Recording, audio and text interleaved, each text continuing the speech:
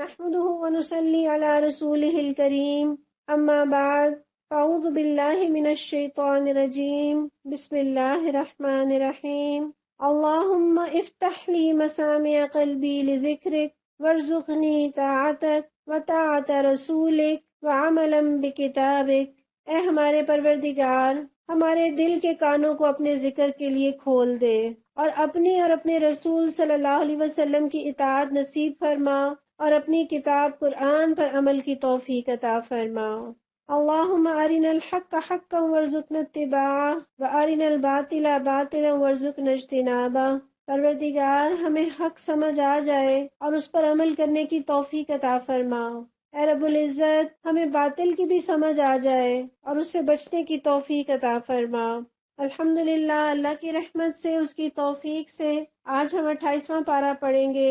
اللہ سے دعا ہے کہ وہ ہم سے راضی ہو اور اس پارے کو سمجھنا ہمارے لیے آسان کر دے اور اس پر بہترین طریقے سے عمل کرنے والا بنا دے۔ پیارے نبی صلی اللہ علیہ وسلم فرماتے ہیں، انسانوں میں اللہ کے کچھ خاص لوگ ہیں۔ صحابہ نے پوچھا، یا رسول اللہ، وہ کون لوگ ہیں؟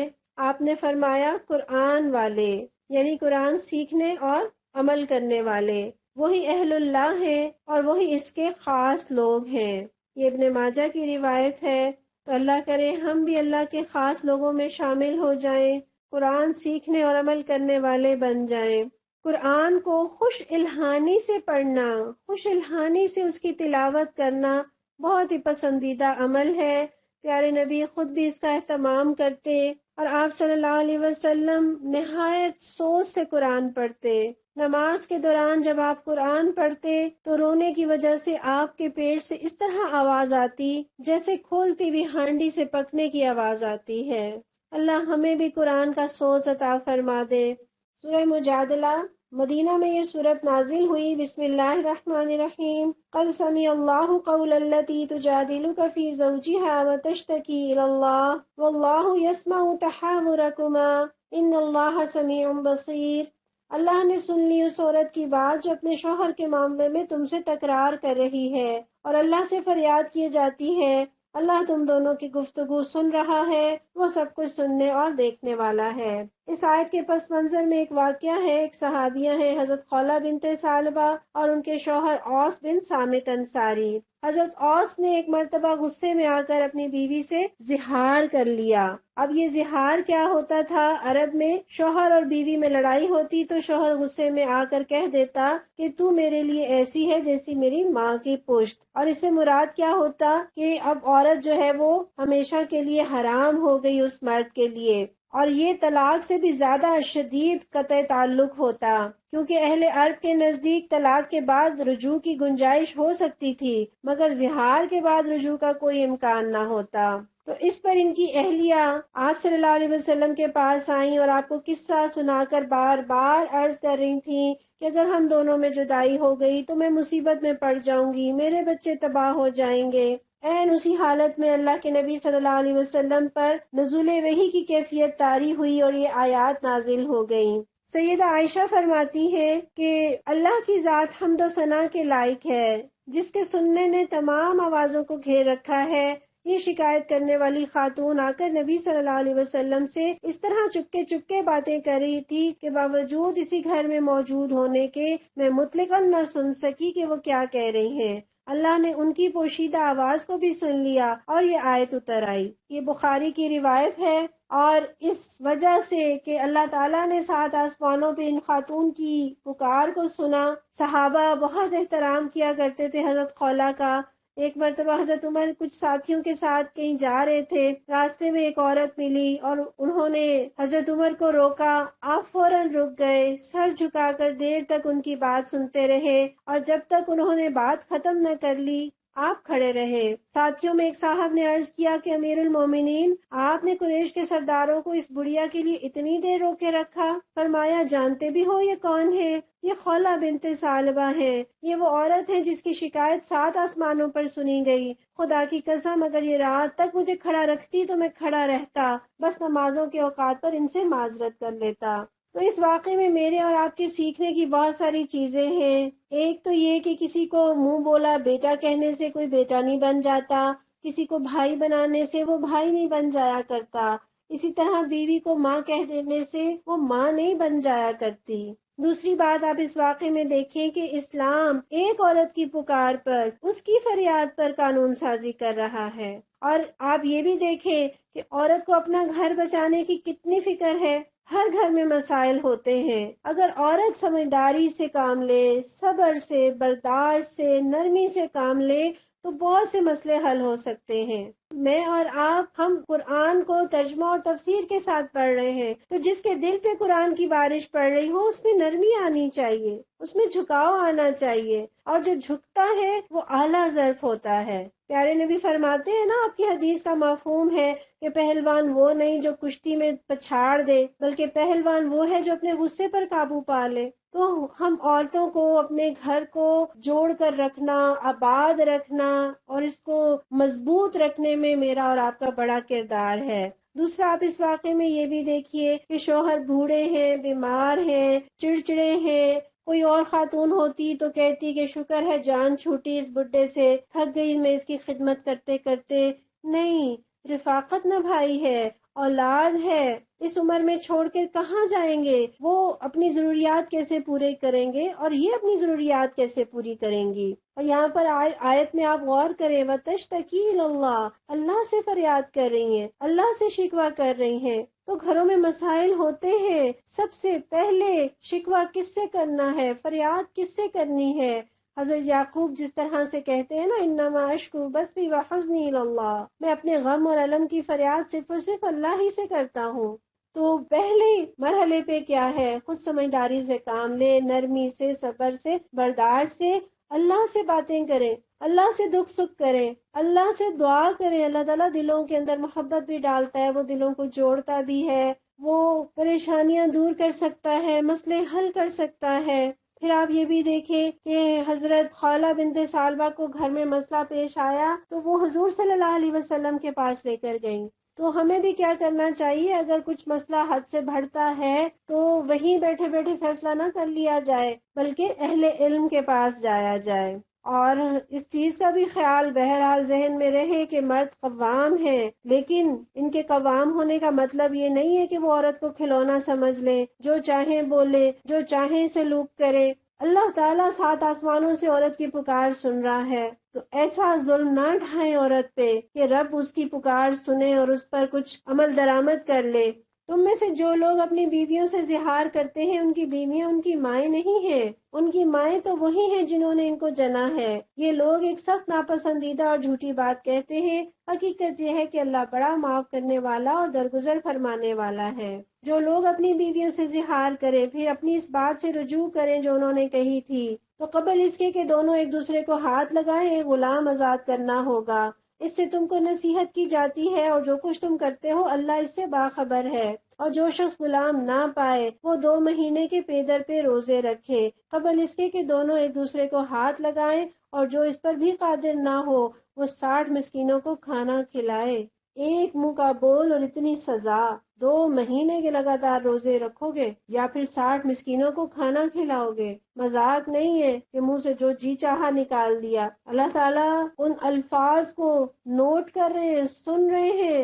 ما يلفظ من قول الا لديه رقیب عتید، ایک لفظ منہ سے نہیں نکلتا مگر وہ حاضر باش نگران اسے فوراً اچک لیتے ہیں۔ اور پیارے نبی کی حدیث آپ پیچھے پڑھ آئے ہیں، جس کا مفہوم ہے کہ آدمی اپنے منہ سے ایک ایسی بات نکالتا ہے جو اللہ کی ناراضگی کی ہوتی ہے، اور وہ بات اسے جہنم کا مستحق بنا دیتی ہے، اور بعض اوقات وہ ایک ایسی بات منہ سے نکالتا ہے جو اللہ کی رضا کی ہوتی ہے، اور وہ اس بات کی بدولت جنت کا مستحق ہو جاتا ہے۔ تو منہ سے جو بات نکالے بڑا سوچ سمجھ کے نکالے، احتیاط سے نکالے۔ اگر قیامت کے دن ہم اپنے منہ کے بولوں پر پکڑے گئے تو کیا بنے گا؟ اللہم حاسبنا حسابا یسیرا، اللہ ہم سے آسان حساب لینا۔ یہ حکم اس لیے دیا جا رہا ہے کہ تم اللہ اور اس کے رسول پر ایمان لاؤ، یہ اللہ کی مقرر کی ہوئی حدیں ہیں اور کافروں کے لیے دردناک سزا ہے۔ جو لوگ اللہ اور اس کے رسول کی مخالفت کرتے ہیں وہ اسی طرح ذلیل و خوار کر دیے جائیں گے جس طرح ان سے پہلے کے لوگ ذلیل و خوار کیے جا چکے ہیں۔ ہم نے صاف صاف آیات نازل کر دی ہیں اور کافروں کے لیے ذلت کا عذاب ہے۔ اس دن یہ ذلت کا عذاب ہونا ہے جب اللہ ان سب کو پھر سے زندہ کر کے اٹھائے گا اور انہیں بتا دے گا وہ کیا کچھ کر کے آئے ہیں۔ وہ بھول گئے ہیں مگر اللہ نے ان کا سب کیا دھرا گن گن کر محفوظ کر رکھا ہے اور اللہ ایک ایک چیز پر شاہد ہے۔ کیا تم کو خبر نہیں کہ زمین اور آسمانوں کی ہر چیز کا علم اللہ کو ہے؟ کبھی ایسا نہیں ہوتا کہ 3 آدمیوں میں کوئی سرگوشی ہو اور ان کے درمیان چوتھا اللہ نہ ہو، یا 5 آدمیوں میں سرگوشی ہو اور ان کے درمیان چھٹا اللہ نہ ہو۔ خفیہ بات کرنے والے خواہ اس سے کم ہو یا زیادہ، جہاں کہیں بھی وہ ہوں اللہ ان کے ساتھ ہوتا ہے۔ پھر قیامت کے روز وہ ان کو بتا دے گا انہوں نے کیا کچھ کیا ہے۔ اللہ ہر چیز کا علم رکھتا ہے۔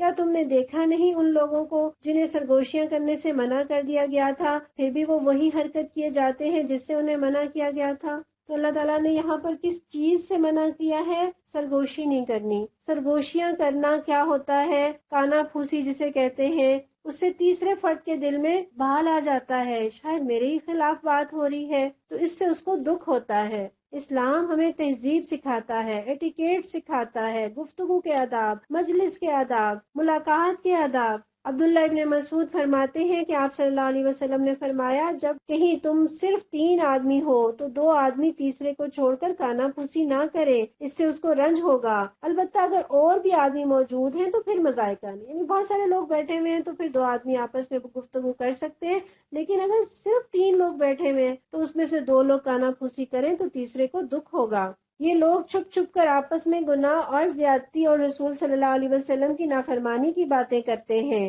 اور جب تمہارے پاس آتے ہیں تو تمہیں اس طریقے سے سلام کرتے ہیں جس طرح اللہ نے تم پر سلام نہیں کیا، اور اپنے دلوں میں کہتے ہیں کہ ہماری ان باتوں پر اللہ ہمیں عذاب کیوں نہیں دیتا۔ ان کے لیے جہنم ہی کافی ہے، اسی کا وہ ایندھن بنیں گے، بڑا ہی برا انجام ہے ان کا۔ یہ یہودیوں کا اور منافقین کا رویہ تھا۔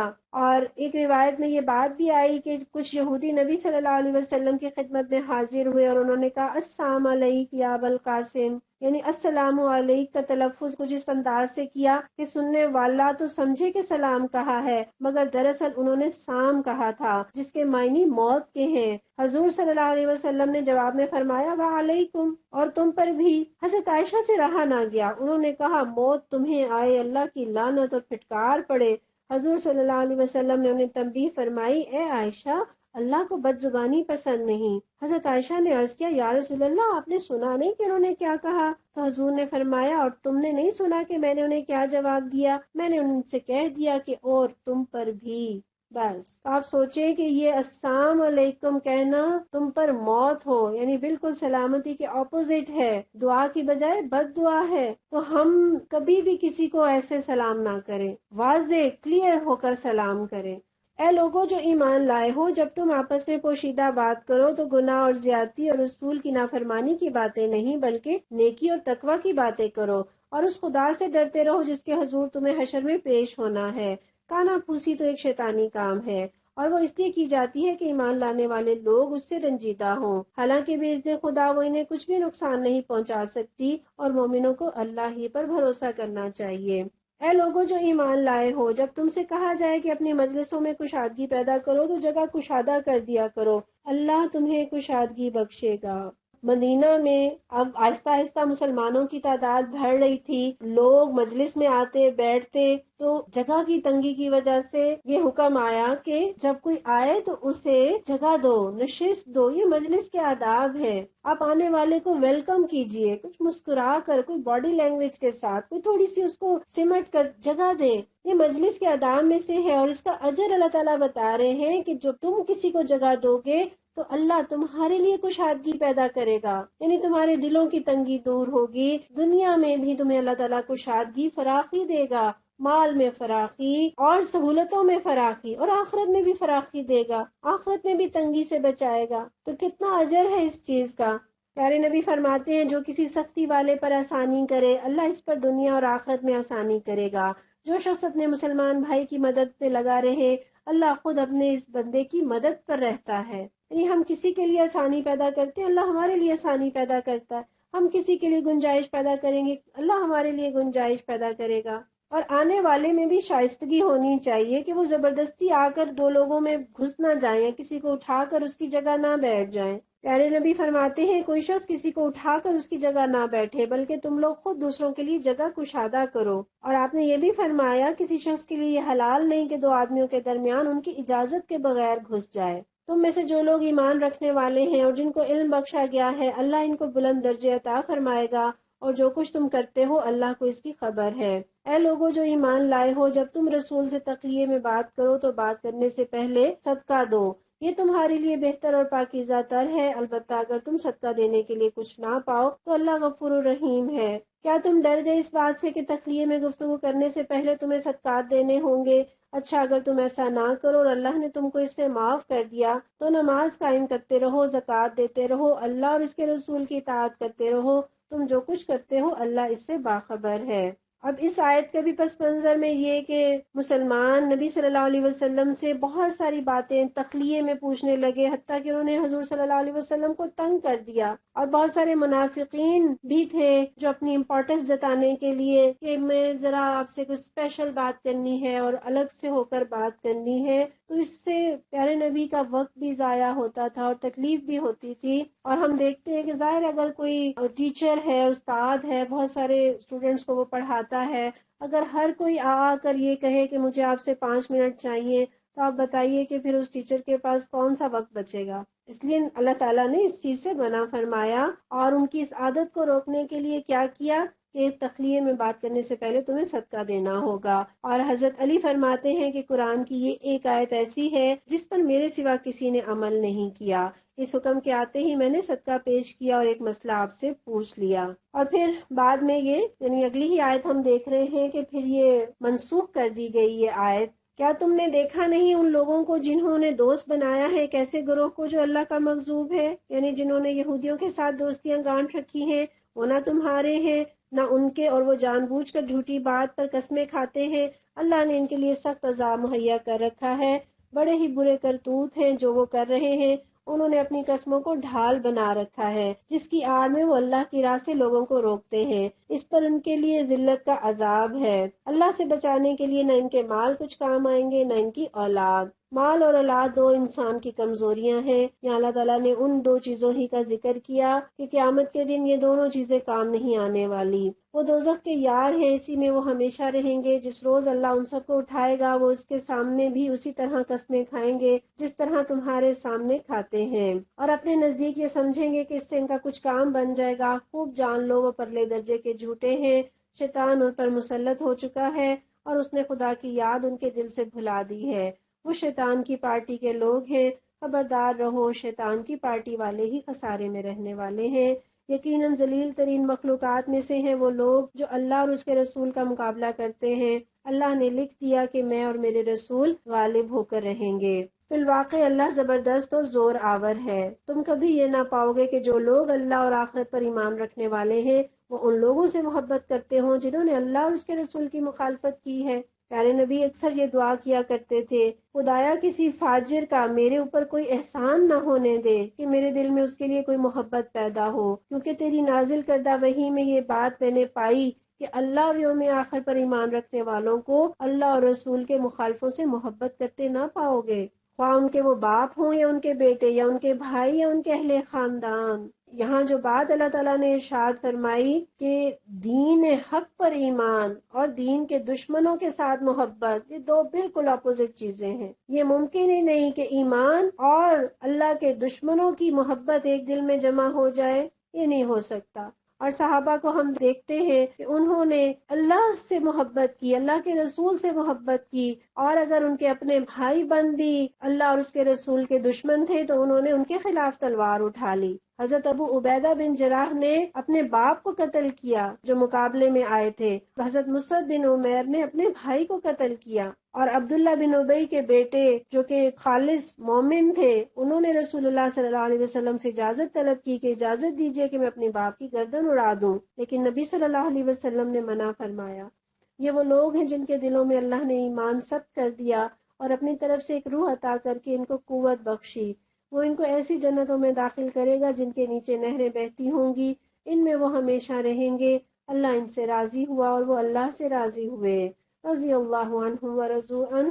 اللہ نے قرآن میں ہمیشہ کے لیے قیامت تک یہ فیصلہ فرما دیا کہ اللہ صحابہ سے راضی ہو گیا، وہ اللہ کی پارٹی کے لوگ ہیں۔ یعنی اللہ تعالیٰ نے ان کو یہ اعزاز دیا کہ تم اللہ کی خاطر اپنے بھائی بندوں سے لڑ گئے، ان سے جدا ہوئے، تو اللہ تعالیٰ نے اپنی پارٹی میں شامل کر لیا، اللہ نے اپنے ساتھ جوڑ لیا ان کو۔ کیسا انعام اللہ نے دیا! خبردار رہو، اللہ کی پارٹی والے ہی فلاح پانے والے ہیں۔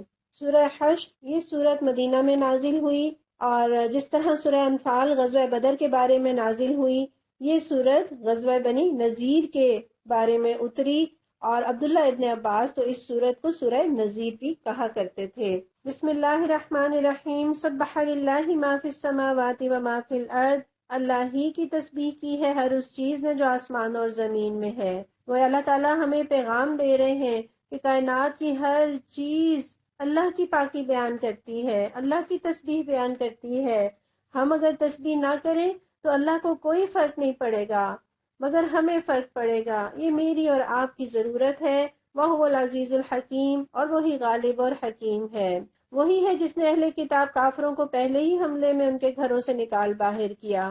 تمہیں ہرگز یہ گمان نہ تھا کہ وہ نکل جائیں گے، اور وہ بھی یہ سمجھے بیٹھے تھے کہ ان کی گڑیاں انہیں اللہ سے بچا لیں گی، مگر اللہ ایسے رخ سے ان پر آیا جدھر ان کا خیال بھی نہ گیا تھا۔ اس نے ان کے دلوں میں رعب ڈال دیا۔ نتیجہ یہ ہوا کہ وہ خود اپنے ہاتھوں سے بھی اپنے گھروں کو برباد کر رہے تھے، اور مومنوں کے ہاتھوں بھی برباد کروا رہے تھے۔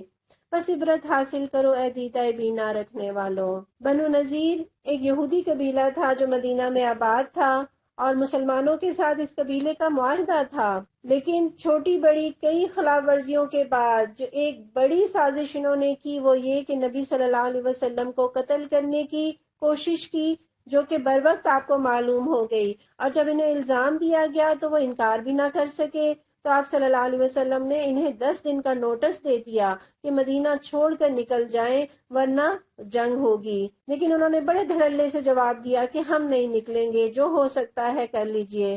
لیکن جب مسلمانوں نے ان کا محاصرہ کیا تو انہیں جنگ کی ہمت ہی نہ ہوئی۔ اللہ ایسے رخ سے آیا، یعنی ہم یہاں پڑھتے ہیں نا کہ اللہ ایسے رخ سے آیا کہ ان کا گمان بھی نہیں تھا، یعنی ان کا خیال تھا کہ لشکر سامنے سے آئے گا اور یہ ہماری گھڑیاں اور ہمارا اسلحہ ہمیں بچا لے گا، مگر اللہ نے ان کے دلوں میں رعب ڈال دیا۔ انہوں نے نبی صلی اللہ علیہ وسلم سے اس شرط پر صلح کر لی کہ ہمیں اجازت دی جائے کہ ہم اپنا سامان اٹھا کر لے جائیں۔ آپ نے اجازت دے دی تو انہوں نے اپنے گھروں کے دروازے کھڑکیاں تک توڑ کر لے گئے، اور اپنے ہاتھوں انہوں نے اپنے گھروں کو جنہیں کبھی شوق سے بنایا تھا توڑنے لگے تاکہ مسلمانوں کے کام نہ آ سکیں۔ اللہ تعالیٰ کہہ رہے ہیں فَاعْتَبِرُوا يَا أُولِي الْأَبْصَارِ، عبرت حاصل کرو۔ ہم حال کے مسلمان ہیں تو یہ لوگ ماضی کے مسلمان تھے، مگر جو لوگ دین کو پیچھے ڈال کر اپنی دنیا بنانے کی فکر کرتے ہیں اور دین والوں کی مخالفت مول لیتے ہیں، نہ انہیں دنیا ہی ملتی ہے اور نہ ہی دین۔ نعمتیں اور راحتیں تو دین کے ساتھ ہیں۔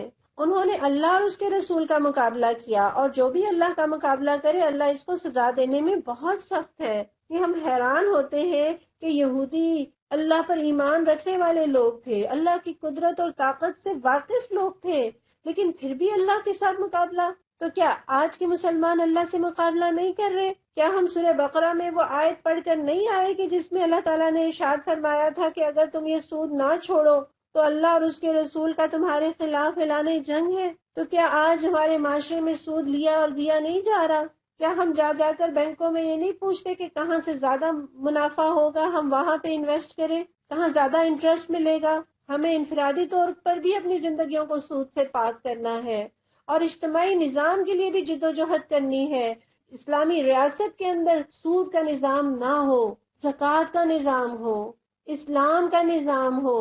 ہم ٹھنڈے پیٹوں نہیں برداشت کر سکتے، اور نہ برداشت کرنا چاہیے کہ اس ملک میں جو اسلام کے نام پر بنا یہاں سود کا نظام چلے۔ یہ اللہ اور اس کے رسول کے ساتھ مقابلہ نہیں تو اور کیا ہے؟ اور اللہ تعالیٰ فرما رہے ہیں جو بھی اللہ کا مقابلہ کرے اللہ اس کو سزا دینے میں بہت سخت ہے۔ تم لوگوں نے کھجوروں کے جو درخت کاٹے یا جن کو اپنی جڑوں پر کھڑا رہنے دیا، یہ سب اللہ ہی کے اذن سے تھا، اور اللہ نے یہ اذن اس لیے دیا تھا کہ فاسقوں کو ذلیل و خوار کرے۔ محاصرے کے لیے درخت کاٹے گئے تو انہوں نے کہا یہ تو فساد فی الارض کر رہے ہیں، ہرے بھرے پھلدار درخت دیکھو کاٹے جا رہے ہیں۔ تو اللہ تعالیٰ نے بتایا کہ یہ اللہ کے حکم سے تھا. جنگی ضروریات کے لیے جو اس طرح کی کوئی چیز ضرورت ہو تو اس کی اجازت اسلام دیتا ہے، لیکن عام حکم کیا ہے؟ وہی جو حضرت ابو بکر صدیق نے فوجوں کو شام کی طرف روانہ کرتے ہوئے دیا کہ پھلدار درختوں کو نہ کاٹنا، فصلوں کو خراب نہ کرنا، بستیوں کو ویران نہ کرنا، اور جو مال اللہ نے ان کے قبضے سے نکال کر اپنے رسول کی طرف پلٹا دیے وہ ایسے مال نہیں جن پر تم نے اپنے گھوڑے اور اونٹ دوڑائے ہوں،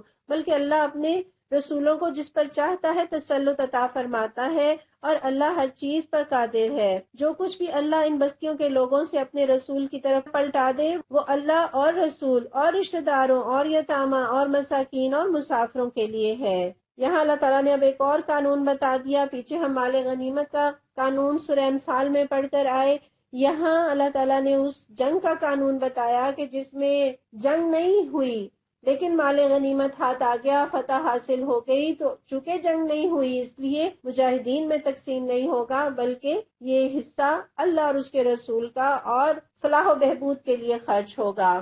اور آپ صلی اللہ علیہ وسلم اسی لیے اپنے مصارف، اپنے رشتہ داروں اور معاشرے کے ضرورت مندوں پر خرچ کرنا اور یہ کہ دفاع کے لیے اس رقم کو آپ صلی اللہ علیہ وسلم استعمال کیا کرتے تھے.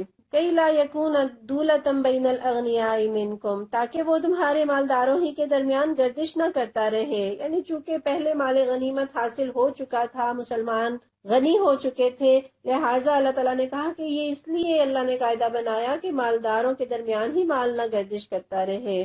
یہ صرف اس دور کے لیے نہیں، ہمیشہ کے لیے ایک پالیسی ہے اسلام کی. اسلام نہیں چاہتا کہ چند ایک ہاتھوں میں مال ہو اور باقی سارا معاشرہ سطح غربت سے بھی نیچے زندگی گزار رہا ہو. اسی لیے اللہ تعالیٰ نے سود کو حرام کیا اور زکوٰۃ کو فرض کیا. اور یہ تو ایک عام سی مثال ہے کہ پانی کھڑا رہے تو بو آ جاتی ہے، بہتا پانی پاک ہوتا ہے، اور جو گردش میں رہتا ہے وہی بڑھتا ہے. وما آتاکم الرسول فخذوہ وما نہاکم عنہ فانتہوا، جو رسول تمہیں دے وہ لے لو، اور جس چیز سے وہ تمہیں روک دے اس سے رک جاؤ. اللہ سے ڈرو، اللہ سخت سزا دینے والا ہے. یہ آیت بہت اہم ہے. یہ آیت مجھے اور آپ کو بتاتی ہے کہ صرف قرآن نہیں بلکہ سنت اتھارٹی ہے. جو اللہ کے نبی حکم دے دے وہ مان لو، جس سے وہ روک دے اس سے رک جاؤ. یہ شریعت کا قانون ہے. ان قریب تم میں ایک پیٹ بھرا شخص اپنے پلنگ پر تکیہ لگائے میری حدیثیں سن کر یہ کہے گا کہ ہمارے اور تمہارے درمیان قرآن کافی ہے، اس کے حلال کو حلال اور حرام کو حرام سمجھو. یاد رکھو مجھے قرآن دیا گیا اور اس کے ساتھ اس کی مثل اور بھی، یعنی قرآن کے علاوہ اسی کی جیسی ایک اور چیز اللہ نے اپنے نبی کو دی. وہ کیا ہے؟ آپ صلی اللہ علیہ وسلم کی سنت، آپ کی احادیث. ایک واقعہ آتا ہے حضرت عبداللہ بن مسعود کے بارے میں روایت ہے کہ ایک دفعہ انہوں نے تقریر کرتے ہوئے کہا کہ اللہ تعالیٰ نے فلاں فلاں فیشن کرنے والی عورتوں پر لعنت فرمائی ہے. یعنی وہ جو گوندنے والی، گندوانے والی، جو یہ ٹیٹو وغیرہ بنواتے ہیں وہ، اور بال اکھاڑنے والی اور دانتوں کو جدا کرنے والی عورتوں پر اللہ تعالیٰ نے لعنت فرمائی ہے. اس تقریر کو سن کر ایک عورت ام یعقوب ان کے پاس آئیں اور عرض کیا یہ بات آپ نے کہاں سے اخذ کی؟ کتاب اللہ میں تو یہ مضمون کہیں میری نظر سے نہیں گزرا. تو حضرت عبداللہ نے فرمایا اگر تو نے اللہ کی کتاب پڑھی ہوتی تو یہ بات ضرور تمہیں اس میں مل جاتی. کیا تو نے یہ آیت نہیں پڑھی کہ ما آتاکم الرسول فخذوہ وما نہاکم عنہ فانتہوا؟ اس نے عرض کیا ہاں یہ آیت تو میں نے پڑھی ہے. حضرت عبداللہ نے فرمایا کہ اللہ کے رسول نے اس فعل سے منع کیا ہے، گندوانے سے، گوندنے سے، بالوں کو اکھاڑنے سے اور دانتوں کو خوبصورت بنانے کے لیے جدا کرنے سے، یعنی ایک اللہ کی بنائی ہوئی چیز کو تبدیل کرنے سے منع فرمایا ہے. اور یہ خبر دی ہے کہ اللہ نے ایسا فعل کرنے والی عورتوں پر لعنت فرمائی ہے. اس عورت نے کہا اب میں سمجھ گئی. پھر کہنے لگی تمہاری تو بیوی یہ کام کرتی ہے. عبداللہ ابن مسعود نے کہا جاؤ دیکھ کر آؤ. وہ گئی، آ کر کہا کہ نہیں مجھے غلطی لگی تھی. عبداللہ ابن مسعود فرماتے ہیں اگر میری بیوی ایسا کام کرتی تو میرے نکاح میں نہ رہتی. تو یہ ایک قاعدہ اور کلیہ ہے کہ جو حدیث میں جس چیز کی ممانعت صریح آ جائے وہ منع ہے، اور جس چیز کا حکم حدیث میں دے دیا جائے اور وہ بھی اگر قرآن میں نہ ہو تو ایسے بہت سارے احکامات ہیں. ہمیں نماز کی رکعتوں کی تعداد حدیث سے پتہ چلتی ہے. نیز وہ مال ان غریب مہاجرین کے لیے ہے جو اپنے گھروں اور جائیدادوں سے نکال باہر کیے گئے ہیں، یہ لوگ اللہ کا فضل اور اس کی خوشنودی چاہتے ہیں اور اللہ اور اس کے رسول صلی اللہ علیہ وسلم کی حمایت پر کمر بستہ رہتے ہیں۔ یہی راست باز لوگ ہیں۔ وہ ان لوگوں کے لیے بھی ہے جو ان مہاجرین کی آمد سے پہلے ہی ایمان لا کر دار الہجرت میں مقیم تھے۔ یہ ان لوگوں سے محبت کرتے ہیں جو ہجرت کر کے ان کے پاس آئے ہیں، اور جو کچھ بھی ان کو دیا جائے اس کی کوئی حاجت تک ہی اپنے دلوں میں محسوس نہیں کرتے۔ اللہ تعالیٰ انصار کی تعریف کر رہے ہیں جنہوں نے مدینہ آنے والے مہاجرین کو دل کھول کر انہیں جگہ بھی دی، کاروبار میں حصے بھی دیے، انہیں اپنے مالوں میں شریک کیا۔ حضرت سعد بن ربیع انصاری نے عبد الرحمن بن عوف کو اپنی ساری جائیداد، سارے مکانوں میں آدھے کی، اور 2 بیویوں میں سے ایک کو طلاق کے بعد ان کے نکاح میں دینے کی پیشکش کی، جس پر انہوں نے انہیں برکت کی دعا دی مگر پیشکش قبول نہ کی۔ ایسے وہ جذبے تھے ان کے اندر۔ مہاجرین نے نبی صلی اللہ علیہ وسلم سے کہا، اے اللہ کے رسول، ہم نے ان جیسے لوگ نہیں دیکھے جن کے پاس ہم آئے ہیں، جو تھوڑے میں اچھی سے اچھی غمخواری کرتے ہوں اور زیادہ میں بہتر سے بہتر خرچ کرتے ہوں۔ وہ ہماری جگہ خود محنت کر رہے ہیں، انہوں نے آمدنی میں ہمیں شریک کر رکھا ہے، یہاں تک کہ ہمیں گمان ہوتا ہے کہ سارا اجر وہی لے جائیں گے۔ آپ صلی اللہ علیہ وسلم نے فرمایا، نہیں، جب تک تم ان کی تعریف کرتے رہو اور اللہ سے ان کے لیے دعا کرتے رہو۔ وَيُؤْثِرُونَ عَلَىٰ أَنفُسِهِمْ وَلَوْ كَانَ بِهِمْ خَصَاصَةٌ، اور یہ اپنی ذات پر دوسروں کو ترجیح دیتے ہیں خواہ اپنی جگہ خود محتاج ہوں۔ یہ مومن کی صفت ہے۔ اسلام جو تربیت کرتا ہے وہ ایسا مزاج بناتا ہے کہ اپنی ذات پر دوسروں کو ترجیح دینا، خواہ ضرورت محسوس کرتے ہوں۔ ایک بڑا خوبصورت واقعہ ہے۔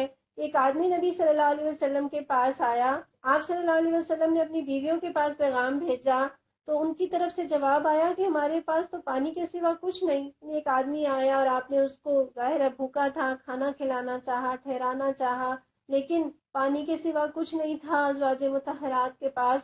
تو رسول اللہ صلی اللہ علیہ وسلم نے فرمایا، اس مہمان کو اپنے ساتھ کون لے جائے گا؟ انصار میں سے ایک آدمی نے کہا، میں لے جاؤں گا۔ چنانچہ وہ اسے لے کر اپنی بیوی کے پاس گئے اور اس سے کہا، اللہ کے رسول کے مہمان کی خاطر تواضع کرو۔ اس نے کہا، ہمارے پاس تو بچوں کے کھانے کے سوا کچھ نہیں۔ تو انہوں نے کہا، کھانا تیار کر لو، چراغ جلا لو، اور بچے جب کھانا مانگے تو انہیں سلا دو۔ اس نے کھانا تیار کر لیا اور چراغ جلا دیا اور بچوں کو سلا دیا۔ پھر وہ اس طرح اٹھی جیسے چراغ درست کرنے لگی ہے، اور اس نے چراغ کو بجھا دیا، اور میاں بیوی دونوں اس کے سامنے یہی ظاہر کرتے رہے کہ وہ کھا رہے ہیں، مگر انہوں نے وہ رات خالی پیٹ گزار دی۔ جب صبح ہوئی اور وہ انصاری اللہ کے نبی کے پاس گئے تو آپ نے ارشاد فرمایا، آج رات تم دونوں میاں بیوی کے کام پر اللہ تعالیٰ ہنس پڑے۔ اور یہ آیت اللہ تعالیٰ نے نازل کی، وَيُؤْثِرُونَ عَلَىٰ أَنفُسِهِمْ وَلَوْ كَانَ بِهِمْ خَصَاصَةٌ۔ میں اور آپ اپنا جائزہ لیں، ہم کہاں کھڑے ہیں آج اس دور میں، ان حالات میں ہمارے ارد گرد کتنے لوگ ہیں جنہیں ضرورت ہے؟ کیا ہمیں ان کی ضرورتوں کا احساس ہے؟ وَمَن يُوقَ شُحَّ نَفْسِهِ فَأُولَٰئِكَ هُمُ الْمُفْلِحُونَ۔ حقیقت یہ ہے کہ جو لوگ اپنے دل کی تنگی سے بچا لیے گئے وہی فلاح پانے والے ہیں۔ شح جو ہے وہ بخل کا بھی آخری درجہ ہے، گویا سام بن کر اپنے مال پر بیٹھے ہیں۔ آپ صلی اللہ علیہ وسلم فرماتے ہیں، اپنے آپ کو حرص اور بخل سے بچاؤ، تم سے پہلے کے لوگ اسی وجہ سے ہلاک ہوئے۔ حرص نہیں انہیں بخل کا حکم دیا تو بخل کرنے لگے، پھر قطع رحمی کا حکم دیا تو قطع رحمی کرنے لگے، پھر فسق و فجور کا حکم دیا تو بدکاری کرنے لگے۔ یہ ابو داؤد کی روایت ہے۔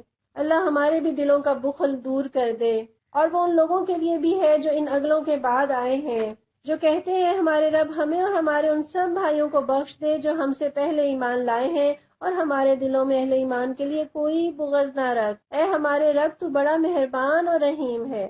دل میں بغض نہ ہو، یہی تو ایمان کی نشانی ہے، یہی تو جنتی ہونے کی نشانی ہے۔ حدیث کی کتابوں میں ایک واقعہ ملتا ہے، حضرت انس روایت کرتے ہیں کہ ایک مرتبہ 3 دن مسلسل یہ ہوتا رہا کہ اللہ کے نبی صلی اللہ علیہ وسلم اپنی مجلس میں یہ فرماتے کہ اب تمہارے سامنے ایک ایسا شخص آنے والا ہے جو اہل جنت میں سے ہے، اور ہر بار وہ آنے والے شخص انصار میں سے ایک صحابی ہوتے۔ یہ دیکھ کر عبداللہ بن عمرو کو جستجو پیدا ہوئی کہ آخر یہ کیا ایسا عمل کرتے ہیں جس کی بنا پر حضور صلی اللہ علیہ وسلم نے ان کے بارے میں بار بار یہ بشارت سنائی ہے۔ چنانچہ وہ ایک بہانہ کر کے 3 روز مسلسل ان کے ہاں جا کر رات گزارتے رہے تاکہ ان کی عبادت کا حال دیکھیں، مگر ان کی شب گزاری میں کوئی غیر معمولی چیز انہیں نظر نہ آئی۔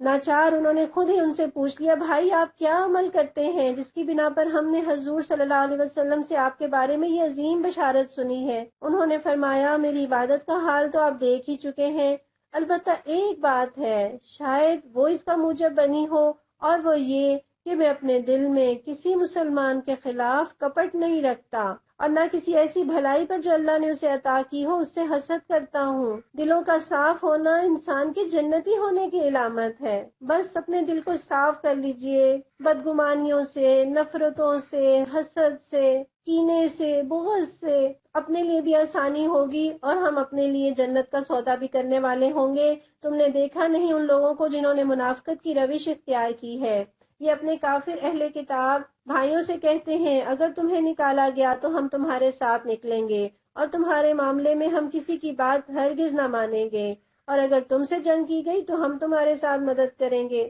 یہاں منافقین نے کہا کہ بنو نذیر تم ڈٹ جاؤ، ہم تمہارا ساتھ دیں گے۔ ان کا کامن انٹرسٹ کیا تھا؟ اسلام سے دشمنی، مگر اللہ گواہ ہے کہ یہ لوگ قطعی جھوٹے ہیں، یعنی بزدل ہوتے ہیں ایسے لوگ جن کے دلوں میں ایمان نہیں ہوتا۔ اگر وہ نکالے گئے تو ان کے ساتھ ہرگز نہ نکلیں گے، اور اگر ان سے جنگ کی گئی تو یہ ان کی ہرگز مدد نہ کریں گے، اور اگر یہ ان کی مدد کریں بھی تو پیٹ پھیر جائیں گے اور پھر کہیں سے کوئی مدد نہ پائیں گے۔ ان کے دلوں میں اللہ سے بڑھ کر تمہارا خوف ہے، انسانوں سے ڈرتے ہیں۔ میں اور آپ اپنا جائزہ لیں، ہم لوگوں سے ڈرتے ہیں یا اللہ سے؟ اور لوگوں کا ڈر اطاعت کا جذبہ چھین لیتا ہے، اس لیے کہ یہ ایسے لوگ ہیں جو سمجھ بوجھ نہیں رکھتے، یہ کبھی اکٹھے ہو کر کھلے میدان میں تمہارا مقابلہ نہ کریں گے، لڑیں گے بھی تو قلعہ بند بستیوں میں بیٹھ کر یا دیواروں کے پیچھے چھپ کر۔ یہ آپس کی مخالفت میں بڑے سخت ہیں، تم انہیں اکٹھا سمجھتے ہو مگر ان کے دل ایک دوسرے سے پھٹے ہوئے ہیں۔ ان کا یہ حال اس لیے ہے کہ یہ بے عقل لوگ ہیں، یہ انہی لوگوں کے مانند ہیں جو ان سے تھوڑی ہی مدت پہلے اپنے کیے کا مزہ چکھ چکے ہیں، اور ان کے لیے دردناک عذاب ہے۔ ان کی مثال شیطان کی سی ہے کہ پہلے وہ انسان سے کہتا ہے کہ کفر کر، اور جب انسان کفر کر بیٹھتا ہے تو وہ کہتا ہے میں تجھ سے بری ذمہ ہوں، مجھے تو اللہ رب العالمین سے ڈر لگتا ہے، انی اخاف اللہ رب العالمین۔ شیطان اللہ کو رب بھی مانتا ہے، پوری کائنات کا رب مانتا ہے، اور یہ بھی جانتا ہے کہ اللہ سے ڈرنا چاہیے، اور اقرار بھی کرتا ہے کہ میں اللہ سے ڈرتا ہوں۔ گویا یہ سارے عقیدے ہوں لیکن عمل نہ ہو تو یہ عقیدہ بچا نہیں سکتا۔ اور شیطان کو دیکھیے، بندے کو آگے کر کے خود پیچھے سے کھسک جاتا ہے کہ اسے پتا ہے کہ اللہ کی طاقت بڑی ہے۔ پھر دونوں کا انجام یہ ہونا ہے کہ ہمیشہ کے لیے جہنم میں جائیں، اور ظالموں کی یہی سزا ہے۔ اے لوگوں جو ایمان لائے ہو، اللہ سے ڈرو، اور ہر شخص یہ دیکھے کہ اس نے کل کے لیے کیا سامان کیا ہے۔ اللہ سے ڈرتے رہو، اللہ یقیناً تمہارے ان سب اعمال سے باخبر ہے جو تم کرتے ہو۔ اس آیت کو انڈر لائن کر لیجئے، بڑی اہم آیت ہے۔ یا ایھا الذین آمنوا اتقوا اللہ ولتنظر نفس ما قدمت لغد۔ اور اس آیت میں آپ دیکھیں 2 دفعہ اللہ تعالیٰ نے تقوی کی بات کی ہے، اللہ سے ڈرنے کی بات کی ہے، اور کس کو مخاطب کیا ہے؟ ایمان والوں کو، مجھے اور آپ کو۔ دیکھو اللہ سے ڈرو، اور اللہ کا ڈر ایسی چیز ہے جو انسان کو نیکیوں پر جماتا ہے، برائیوں سے روکتا ہے۔ ایک دیوار ہے، اور اگر اینٹوں کے اندر سیمنٹ نہ ہو تو وہ دیوار کسی کا بوجھ برداشت کر سکے گی؟ ذرا سی آپ ٹیک لگائیں، ذرا سی آپ نے صوفہ کھسکا کے دیوار کے ساتھ کیا نہیں کہ دیوار جو ہے وہ ٹوٹ جائے گی، ذرا سی تیز ہوا چلی نہیں کہ دیوار گر جائے گی۔ کس چیز نے دیوار کو مضبوطی دی؟ سیمنٹ نے۔ تو یہ سیمنٹ اللہ کا ڈر ہے، یہ مجھے اور آپ کو مضبوط کرتا ہے شیطان کے حملوں میں، نفس کی ترغیبات میں، ہمارے ارد گرد معاشرے کے اندر جو پھیلی ہوئی برائیاں، یہ اللہ کا ڈر ہمیں روکتا ہے۔ اور اللہ تعالیٰ نے کہا کہ ہر شخص یہ دیکھے کل کے لیے، اس نے کل سے مراد ٹمارو نہیں، آخرت۔ اور مومن کی زندگی تو بس یہی 2 دن ہے، آج مراد ہے دنیا اور کل مراد ہے آخرت۔ اور جس طرح کل کا آنا یقینی ہے اسی طرح آخرت کا آنا یقینی ہے، اور جس طرح کل بہت قریب ہے اسی طرح آخرت بہت قریب ہے۔ اور ہمیں ویسے کل کی بڑی فکر ہوتی ہے، ٹمارو کی، کل کے لیے سودا آیا کہ نہیں، سبزی آ جائے، کل کے لیے جوڑا استری ہو کے لٹک جائے۔ ہماری کل کے لیے کتنی پلاننگ ہوتی ہے جو کل پتہ نہیں ہمارے نصیب میں آنی بھی ہے کہ نہیں، اور وہ کل جس کا آنا یقینی ہے اس کے لیے کتنی تیاری ہے۔ تو میں اور آپ اس کا محاسبہ کر لیں کہ جو بوئیں گے وہی کاٹیں گے۔ ان لوگوں کی طرح نہ ہو جاؤ جو اللہ کو بھول گئے تو اللہ نے خود انہیں اپنا نفس بھلا دیا۔ یعنی وہ ایسے عملوں سے غافل ہو گئے جن کا ان کو فائدہ تھا، اپنے آپ کو ہی بھول گئے، اپنا ہی نقصان کر بیٹھے۔ وہ جیسے کہتے ہیں نا، تو میرا نہیں بنتا، نہ بن اپنا تو بن، جو اللہ کو فراموش کر دیتے ہیں گویا انہوں نے اپنے آپ کو بھلا دیا۔ اور ہم دیکھتے ہیں دنیا کو حاصل کرنے کے لیے اتنا مصروف ہو گئے، نہ آرام، نہ کھانا، نہ اپنی فیملی کے ساتھ ٹائم، گویا اپنا آپ ہی بھلا دیا۔ یہی لوگ فاسق ہیں، دوزخ میں جانے والے اور جنت میں جانے والے کبھی یکساں نہیں ہو سکتے۔ دو طالب علم ہو، ایک کا امتحان ہو سر پہ اور ایک چھٹیاں منا رہا ہو، تو دونوں کے ایٹیچیوڈ میں، رویے میں، مصروفیات، مشاغل میں فرق ہوگا۔ تو بس ایسے ہی دوزخ میں جانے والے اور جنت میں جانے والے ایک جیسے نہیں ہو سکتے۔ جنت میں جانے والے ہی اصل میں کامیاب ہیں۔ اگر ہم نے یہ قرآن کسی پہاڑ پر بھی اتار دیا ہوتا تو تم دیکھتے کہ وہ اللہ کے خوف سے دبا جا رہا ہے اور پھٹا پڑتا ہے۔ اتنا مضبوط پہاڑ، وہ دب جائے، وہ پھٹ جائے اگر قرآن اس پر اترے تو۔ 27 پارے پڑھنے کے بعد میرے دل کی کیا کیفیت ہے کہ اللہ کا خوف آیا، دل پر لیں گے تو خوف طاری ہوگا، عقل پر تولتے رہیں گے تو سر سے گزرے گا۔ یہ مثالیں ہم لوگوں کے سامنے اس لیے بیان کرتے ہیں کہ وہ اپنی حالت پر غور کریں۔ وہ اللہ ہی ہے جس کے سوا کوئی معبود نہیں، غائب اور ظاہر ہر چیز کا جاننے والا، وہی رحمان اور رحیم ہے۔ وہ اللہ ہی ہے جس کے سوا کوئی معبود نہیں، وہ بادشاہ ہے نہایت مقدس۔ پیارے نبی صلی اللہ علیہ وسلم اپنے رکوع اور سجود میں پڑھا کرتے تھے، سبوح قدوس رب الملائکۃ والروح، قدوس نہایت مقدس، السلام سراسر سلامتی۔ پیارے نبی صلی اللہ علیہ وسلم جب نماز سے فارغ ہوتے تو فرماتے اللہ اکبر اور 3 دفعہ استغفر اللہ استغفر اللہ استغفر اللہ، اور یہ فرماتے اللہم انت السلام ومنک السلام تبارکت یا ذا الجلال والاکرام۔ المؤمن المہیمن، امن دینے والا، نگہبان، سب پر غالب، اپنا حکم بزور نافذ کرنے والا اور بڑا ہی ہو کر رہنے والا۔ پاک ہے اللہ اس شرک سے جو لوگ کر رہے ہیں۔ وہ اللہ ہی ہے جو تخلیق کا منصوبہ بنانے والا اور اس کو نافذ کرنے والا اور اس کے مطابق صورت گری کرنے والا ہے۔ اس کے لیے بہترین نام ہے۔ ہر چیز جو آسمان اور زمین میں ہے اسی کی تسبیح کر رہی ہے اور وہ زبردست اور حکیم ہے۔ سورہ ممتحنہ مدنی سورہ ہے اور اس کا مطلب ہے امتحان لینے والی سورہ۔ اس صورت میں اللہ تعالیٰ نے حکم دیا کہ جو عورتیں ہجرت کر کے آئیں اور مسلمان ہونے کا دعویٰ کریں ان کا امتحان لیا جائے۔ اسی مناسبت سے اس صورت کا نام ممتحنہ ہے۔ بسم اللہ الرحمن الرحیم۔ اے لوگو جو ایمان لائے ہو، اگر تم میری راہ میں جہاد کرنے کے لیے اور میری رضا جوئی کی خاطر وطن چھوڑ کر گھروں سے نکلے ہو تو میرے اور اپنے دشمنوں کو دوست نہ بناؤ۔ تم ان کے ساتھ دوستی کی طرح ڈالتے ہو، حالانکہ جو حق تمہارے پاس آیا ہے اس کو ماننے سے وہ انکار کر چکے ہیں۔ میں اور آپ اپنا جائزہ بھی لے لیں ساتھ ساتھ کہ دشمنوں کے ساتھ دوستی یہ کیسے ممکن ہے؟ ہم ان کے طریقے اپنائیں لیکن وہ ہمارے طریقوں کو نہیں مانتے۔ ہم ان کے ہولیاں منائیں، ویلنٹائن منائیں اور وہ تو ہماری عیدیں نہیں مناتے۔ کیوں ان کے ساتھ دوستی کرتے ہیں جو اللہ اور اس کے رسول کے دشمن ہیں؟ اور ان کی روش یہ ہے کہ رسول کو اور خود تم کو صرف اس قصور پر جلا وطن کرتے ہیں کہ تم اپنے رب اللہ پر ایمان لائے ہو۔ تم چھپا کر ان کو دوستانہ پیغام بھیجتے ہو، حالانکہ جو کچھ تم چھپا کر کرتے ہو اور جو اعلانیہ کرتے ہو ہر چیز کو میں خوب جانتا ہوں۔ اس آیت کا پس منظر یہ ہے، جب قریش کے لوگوں نے صلح حدیبیہ کا معاہدہ توڑ دیا تو نبی صلی اللہ علیہ وسلم نے مکہ پر چڑھائی کی تیاری شروع کر دی، اور حضرت حاطب جو کہ ایک بدری صحابی ہیں انہوں نے ایک خط لکھ کر مکہ بھیجا کہ مسلمان جو ہیں وہ مکہ پر چڑھائی کرنے والے ہیں، اور نبی صلی اللہ علیہ وسلم کو اللہ تعالیٰ نے اس بات پر مطلع فرما دیا اور آپ نے وہ خط پکڑ لیا۔ اور جب حضرت حاطب سے پوچھا تو انہوں نے عرض کیا کہ میرے معاملے میں جلدی نہ فرمائیں، میں نے یہ کچھ اس بنا پر نہیں کیا کہ میں کافر اور مرتد ہو گیا ہوں اور اسلام کے بعد کفر کو پسند کرنے لگا ہوں۔ اصل بات یہ ہے کہ میرے رشتہ دار مکہ میں مقیم ہیں اور میں قریش کے قبیلے کا آدمی نہیں۔ مہاجرین میں سے دوسرے جن لوگوں کے اہل و عیال مکے میں ہیں ان کو تو ان کا قبیلہ بچا لے گا، مگر میرا کوئی قبیلہ وہاں نہیں جسے کوئی بچانے والا ہو۔ اس لیے میں نے یہ خط اس خیال سے بھیجا کہ قریش والوں پر میرا ایک احسان رہے تاکہ وہ میرے بال بچوں کو نہ چھیڑیں۔ اور روایات میں آتا ہے کہ حضرت حاطب کے بچے اور بھائی مکہ میں تھے اور ان کی والدہ بھی وہیں تھی، تو نبی صلی اللہ علیہ وسلم نے ان کی یہ بات سن کر فرمایا کہ حاطب تم نے سچی بات کی، یعنی ان کے اس فعل کا اصل محرک یہی تھا، کفر کی حمایت کا جذبہ اس کا محرک نہیں تھا۔ اسی چیز کی بات اللہ تعالیٰ یہاں کر رہے ہیں، جو شخص بھی تم میں سے ایسا کرے وہ یقیناً راہ راست سے بھٹک گیا۔ ان کا رویہ تو یہ ہے کہ اگر تم پر قابو پا جائیں تو تمہارے ساتھ دشمنی کریں اور ہاتھ اور زبان سے تمہیں آزار دیں۔ وہ تو یہ چاہتے ہیں کہ تم کسی طرح کافر ہو جاؤ۔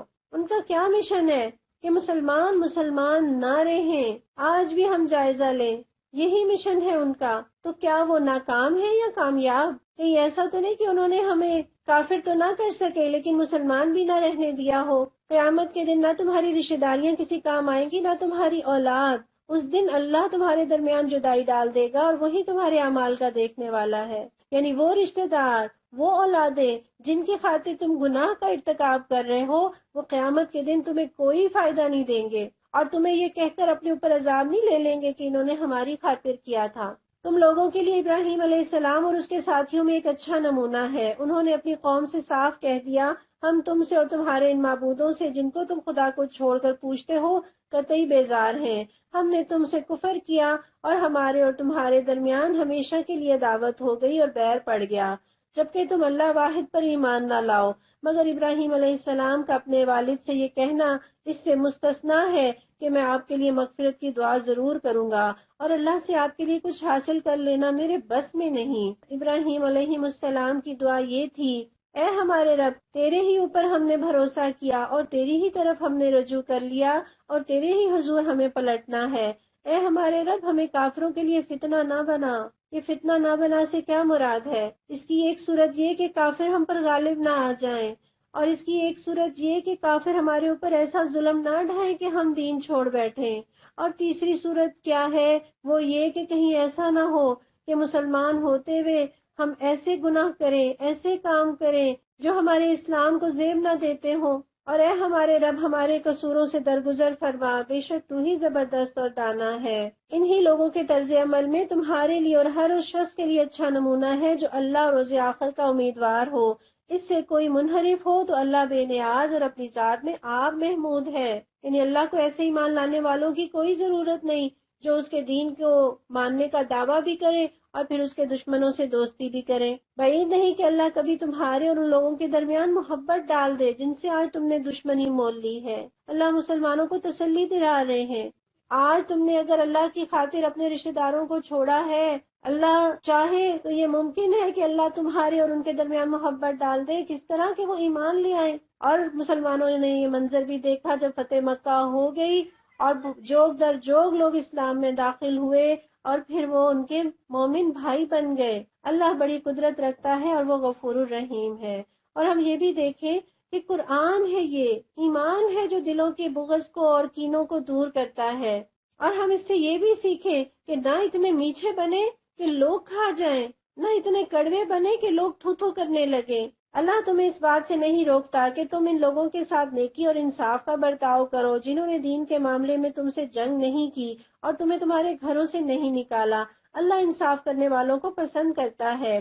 وہ تمہیں جس بات سے روکتا ہے وہ تو یہ ہے کہ تم ان لوگوں سے دوستی کرو جنہوں نے تم سے دین کے معاملے میں جنگ کی ہے اور تمہیں تمہارے گھروں سے نکالا ہے اور تمہارے اخراج میں ایک دوسرے کی مدد کی ہے۔ ان سے جو لوگ دوستی کریں وہی ظالم ہیں۔ یعنی گویا اللہ تعالیٰ نے بتایا کہ کافروں کو جو تمہیں کہا جا رہا ہے کہ ان سے تعلق نہ رکھو، وہ یہ وجہ نہیں ہے کہ وہ کافر ہیں۔ جو بے ضرر سے کافر ہیں ان کا تو کوئی مسئلہ نہیں، دشمنی کس کے ساتھ ہے؟ جو اسلام کے ساتھ اور مسلمانوں کے ساتھ دشمنی برتے، ظلم برتے۔ اے لوگوں جو ایمان لائے ہو، جب مومن عورتیں ہجرت کر کے تمہارے پاس آئیں تو ان کے مومن ہونے کی جانچ پڑتال کر لو، اور ان کے ایمان کی حقیقت اللہ ہی بہتر جانتا ہے۔ پھر جب تمہیں معلوم ہو جائے کہ وہ مومن ہیں تو انہیں کفار کی طرف واپس نہ کرو، نہ وہ کفار کے لیے حلال ہیں اور نہ کفار ان کے لیے حلال۔ ان کے کافر شوہروں نے جو مہر ان کو دیے وہ ان کو پھیر دو، اور ان سے نکاح کر لینے میں تم پر کوئی گناہ نہیں جب تم ان کے مہر ان کو ادا کرو، اور تم خود بھی کافر عورتوں کو اپنے نکاح میں نہ روکے رکھو۔ جو مہر تم نے اپنے کافر بیویوں کو دیے تھے وہ تم واپس مانگ لو، اور جو مہر کافروں نے اپنی مسلمان بیویوں کو دیے تھے انہیں وہ واپس مانگ لیں۔ ان آیات میں اللہ تعالیٰ نے بتایا کہ جو عورت مسلمان ہو جائے وہ اپنے کافر شوہر کے لیے حلال نہیں رہتی، اور جو مرد مسلمان ہو جائے اس کے لیے بھی یہ جائز نہیں کہ اس کی بیوی کافر رہے اور وہ اسے اپنے نکاح میں رکھے۔ یعنی اس کو بھی یا تو وہ عورت مسلمان ہو اور یا پھر اسے طلاق دے دے۔ اور یہاں دیکھیں اللہ تعالیٰ کافروں کے ساتھ بھی معاملی معاملات پہ انصاف کی بات کر رہے ہیں. یہ اللہ کا حکم ہے، وہ تمہارے درمیان فیصلے کرتا ہے، اور اللہ علیم و حکیم ہے. اگر تمہاری کافر بیویوں کے مہروں میں سے کچھ تمہیں کفار سے واپس نہ ملے، پھر تمہاری نوبت آئے، تو جن لوگوں کی بیویاں ادھر رہ گئی ہیں ان کو اتنی رقم ادا کر دو جو ان کے دیے ہوئے مہروں کے برابر ہو، اور اس خدا سے ڈرتے رہو جس پر تم ایمان لائے ہو. اے نبی صلی اللہ علیہ وسلم، جب تمہارے پاس مومن عورتیں بیعت کرنے کے لیے آئیں اور اس بات کا عہد کریں کہ وہ اللہ کے ساتھ کسی چیز کو شریک نہ کریں گی. بیعت کس بات پر؟ پہلا نقطہ کیا ہے کہ شرک نہیں کریں گی. اور عورت بنیادی طور پہ کمزور ہوتی ہے، اولاد کی چاہت، رزق کی طلب، شوہر کی بلا شرکت غیر محبت اور سسرالی جھگڑے، یہ اس کی وہ کمزوریاں ہیں جس کی وجہ سے اس کے شرک میں مبتلا ہونے کے امکانات زیادہ ہوتے ہیں. اللہ تعالیٰ نے پہلا نقطہ یہ رکھا کہ ان سے وعدہ لو کہ یہ شرک نہیں کریں گی. دوسرا نقطہ، چوری نہیں کریں گی، یعنی شوہر کے مال سے چرائیں گی نہیں. حضرت ابو سفیان کی بیوی ہند نے اس حکم کی تشریح دریافت کرتے ہوئے حضور صلی اللہ علیہ وسلم سے عرض کیا، یا رسول اللہ، ابو سفیان ذرا بخیل آدمی ہے، کیا میرے اوپر اس میں کوئی گناہ ہے کہ میں اپنے اور اپنے بچوں کی ضروریات کے لیے ان سے پوچھے بغیر ان کے مال میں سے کچھ لے لیا کروں؟ آپ نے فرمایا نہیں، مگر بس معروف کی حد تک، یعنی بس اتنا مال لے لو جو فی الواقع جائز ضروریات کے لیے کافی ہو. گویا اس سے پتہ چلتا ہے کہ جائز ضروریات کے لیے اللہ سے ڈرتے ہوئے ایسا کیا جا سکتا ہے، مگر آج کے دور میں احتیاط بہت زیادہ چاہیے کیونکہ ہماری ضروریات جائز حدوں کو بھی پار کر جاتی ہیں. پھر کہا زنا نہ کریں گی اور اپنی اولاد کو قتل نہ کریں گی، یعنی اس میں زنا نہ کرنا بھی، زنا کی طرف جانے والے جتنے بھی کام ہیں ان ساری چیزوں سے بھی گویا منع کر دیا گیا. اور اسقاط حمل نہیں کریں گی، اپنی اولاد کو ضائع نہیں کریں گی، اپنے ہاتھ پاؤں کے آگے کوئی بہتان گھڑ کر نہ لائیں گی. بہتان گھڑنے سے مراد کیا ہے؟ ایک عورت دوسری عورتوں پر تہمت لگائے اور ان کے قصے لوگوں میں مشہور کرے، اور یہ بھی بہتان ہے وہ بچہ تو کسی اور کا ہو اور شوہر کو یقین دلائے کہ یہ تیرا ہی بچہ ہے. پیارے نبی نے فرمایا، جو عورت کسی خاندان میں کوئی ایسا بچہ گھسا لائے جو اس خاندان کا نہیں، اس کا اللہ سے کوئی واسطہ نہیں اور اللہ اسے کبھی جنت میں داخل نہ کرے گا. اور کسی امر معروف میں تمہاری نافرمانی نہ کریں گی. آپ اس آیت کو انڈر لائن کر کے دیکھیے، وَلَا يَعْصِينَكَ فِي مَعْرُوفٍ، کہ کسی بھلائی کے کام میں، کسی امر معروف میں تمہاری نافرمانی نہیں کریں گی. اس فکرے میں آپ دیکھیں کہ نبی صلی اللہ علیہ وسلم کی اطاعت پر بھی معروف کی قید لگائی ہے، حالانکہ ذرا سا بھی شائبہ نہیں کہ کبھی آپ صلی اللہ علیہ وسلم بھی کسی غلط چیز کا حکم دے سکتے ہیں. لیکن دراصل اس سے سمجھانا کیا مقصود ہے کہ جب اللہ کے رسول تک کی اطاعت معروف کی شرط کے ساتھ مشروط ہے، پھر کسی دوسرے کا یہ مقام کہاں ہو سکتا ہے کہ اس کی غیر مشروط اطاعت کی جائے. نہ شوہر کا یہ مقام ہے، نہ ساس کا یہ مقام ہے، نہ بیٹوں کا، نہ بھائیوں کا، کسی کا یہ مقام نہیں ہے. جب اللہ کے رسول کے ساتھ معروف کی شرط عائد کر دی تو یہ اللہ تعالیٰ اس کے ذریعے یہ سکھا رہے ہیں کہ دنیا کا کوئی بھی رشتہ ہے اس کی ایسے اطاعت نہیں کرنی کہ جیسے خدا کی اطاعت کی جاتی ہے، خواہ وہ صحیح کہے یا غلط کہے. اور پیارے نبی فرماتے ہیں، جو شخص خالق کی معصیت میں کسی مخلوق کی اطاعت کرے، اللہ اس پر اسی مخلوق کو مسلط کر دیتا ہے. اور ایسا واقعی حقیقت میں ہوتا ہے.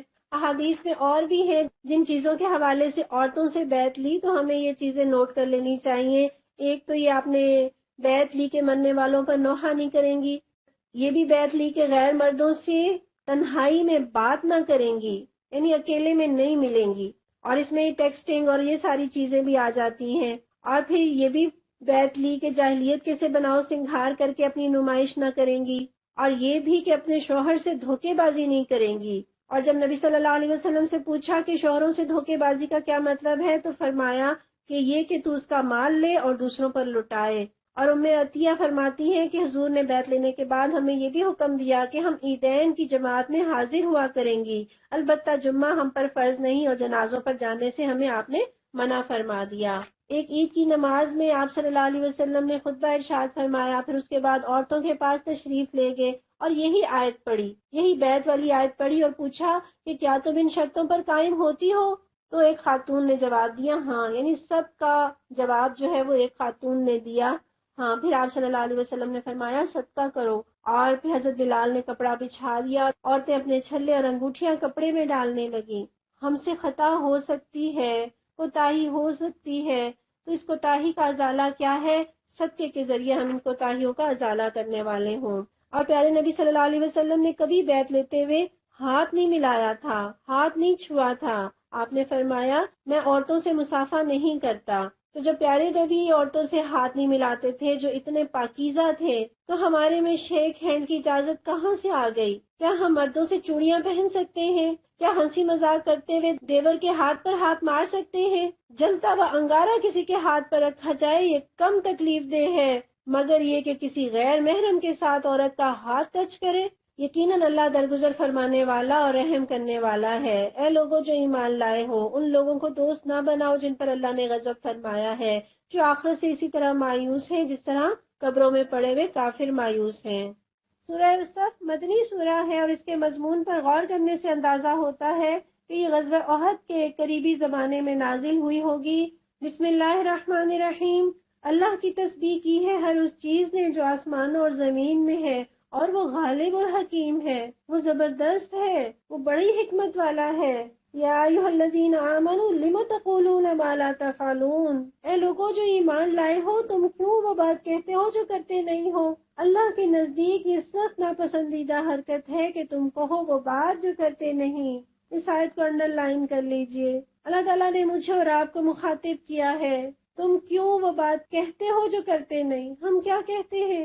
سب سے پہلے تو ہم یہ کہتے ہیں کہ اشہد ان لا الہ الا اللہ واشہد ان محمدا عبدہ ورسولہ۔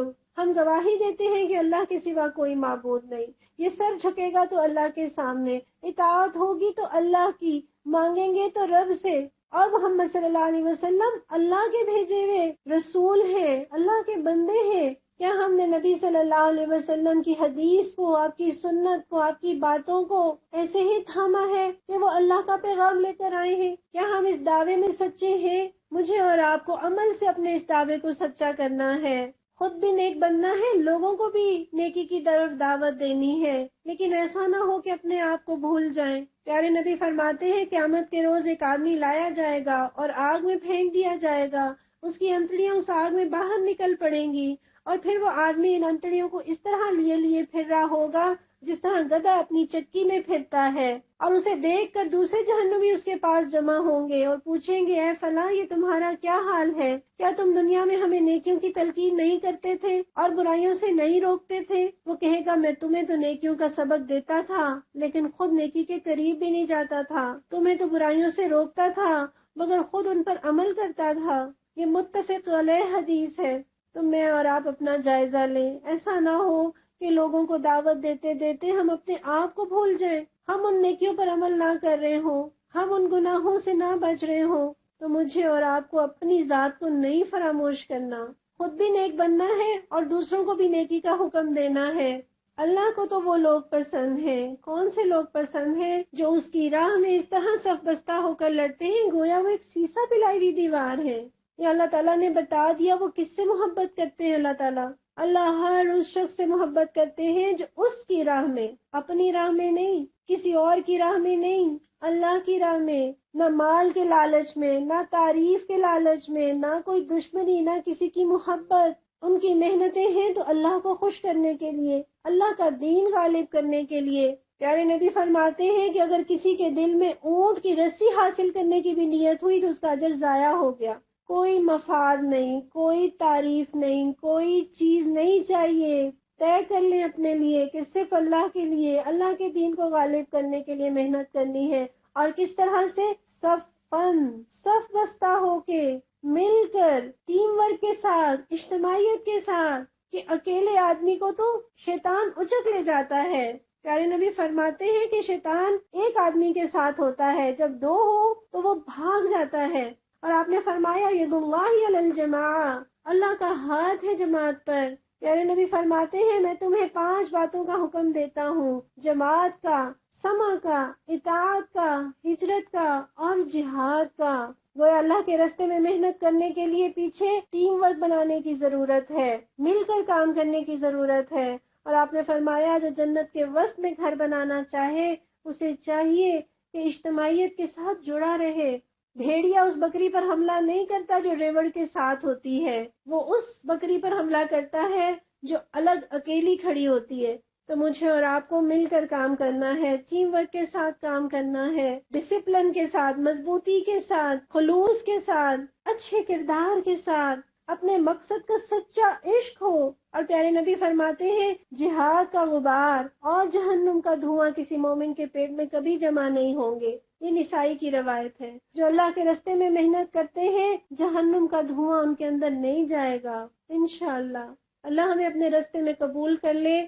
اور یاد کرو موسیٰ کی وہ بات، پیارے نبی صلی اللہ علیہ وسلم جب بھی ستائے جاتے تو فرماتے اللہ موسیٰ علیہ السلام پر رحم فرمائے، وہ اس سے زیادہ ستائے گئے لیکن پھر بھی صابر رہے۔ اللہ بھی قرآن میں بار بار حضرت موسیٰ کا ذکر کرتے ہیں جو اس نے اپنی قوم سے کہا تھا کہ اے میری قوم کے لوگوں، تم کیوں مجھے اذیت دیتے ہو، حالانکہ تم خوب جانتے ہو کہ میں تمہاری طرف اللہ کا بھیجا ہوا رسول ہوں۔ پھر جب انہوں نے ٹیڑھ اختیار کی تو اللہ نے ان کے دل ٹیڑھے کر دیے۔ اللہ فاسقوں کو ہدایت نہیں دیتا۔ تو یہاں اس آیت میں پتہ چل گیا کہ اللہ کسی کو گمراہ نہیں کرتا۔ جنہوں نے اپنے لیے گمراہی کا خود فیصلہ کر لیا اور گمراہی کا رستہ چن لیا، اللہ انہی کو گمراہی کے رستے پہ آگے بڑھاتا ہے۔ اور یاد کرو عیسیٰ ابن مریم کی وہ بات جو اس نے کہی تھی، اے بنی اسرائیل، میں تمہاری طرف اللہ کا بھیجا ہوا رسول ہوں، تصدیق کرنے والا ہوں اس تورات کی جو مجھ سے پہلے آئی ہوئی موجود ہے، اور بشارت دینے والا ہوں ایک رسول کی جو میرے بعد آئے گا جس کا نام احمد ہوگا۔ اور احادیث صحیحہ سے ثابت ہے کہ احمد بھی حضور صلی اللہ علیہ وسلم کا ایک نام تھا۔ مگر جب وہ ان کے پاس کھلی کھلی نشانیاں لے کر آیا تو انہوں نے کہا یہ تو سری دھوکہ ہے، نہیں پہلے نشانی مانگتے ہیں پھر مل جائے تو کیسی باتیں کرنے لگتے ہیں۔ اب بھلا اس شخص سے بڑھ کر ظالم اور کون ہوگا جو اللہ پر جھوٹے بہتان باندھے، حالانکہ اسے اسلام اللہ کے آگے سرے تاج جھکا دینے کی دعوت دی جا رہی ہو۔ ایسے ظالموں کو اللہ ہدایت نہیں دیا کرتا۔ یہ لوگ اپنے منہ کی پھونکوں سے اللہ کے نور کو بجھانا چاہتے ہیں، اور اللہ کا فیصلہ یہ ہے کہ وہ اپنے نور کو پھیلا کر رہے گا، خواہ کافروں کو یہ کتنا ہی ناگوار کیوں نہ ہو۔ تو یہاں اللہ تعالیٰ نے کس کو پھونکے کہا ہے؟ باطل کی سازشیں، ان کا پروپیگنڈا، ان کی چالیں تمہیں جتنی بڑی کیوں نہ لگ رہی ہوں، وہ بس ان کے منہ کی پھونکے ہیں۔ اور اللہ کا نور کیا ہے؟ یہ دین، یہ قرآن، یہ اسلام، یہ اللہ کا نور ہے، یہ پھونکوں سے نہیں بجھے گا۔ نور خدا ہے کفر کی حرکت پہ خندہ زن، پھونکوں سے یہ چراغ بجھایا نہ جائے گا۔ انشاءاللہ اسلام کا نور دشمن کی چالوں سے نہیں بجھے گا، لیکن کہیں ایسا نہ ہو کہ ہماری کوتاہیوں کی وجہ سے بجھ جائے۔ اللہ ہماری اصلاح فرما دے۔ هو الذی ارسل رسولہ بالہدی ودین الحق لیظہرہ علی الدین کلہ ولو کرہ المشرکون۔ وہی تو ہے جس نے اپنے رسول کو ہدایت اور دین حق کے ساتھ بھیجا تاکہ اسے پورے کے پورے دین پر غالب کر دے، خواہ مشرکین کو یہ کتنا ہی ناگوار کیوں نہ ہو۔ تیسری دفعہ قرآن میں یہ آیت آ رہی ہے کہ اللہ نے نبی کو اس لیے نہیں بھیجا کہ وہ ایک مسجد میں بیٹھ جائیں، لوگوں کو قرآن پڑھائیں، ان کی تجوید کو درست کریں۔ وہ تو مکہ میں بھی نمازیں پڑھ ہی رہے تھے، قرآن پڑھا ہی رہے تھے۔ اللہ نے اسلام کو غالب کرنے کے لیے بھیجا ہے، یہ مغلوب رہنے کے لیے نہیں آیا۔ اے لوگوں جو ایمان لائے ہو، میں بتاؤں تمہیں وہ تجارت جو عذاب علیم سے بچا دے؟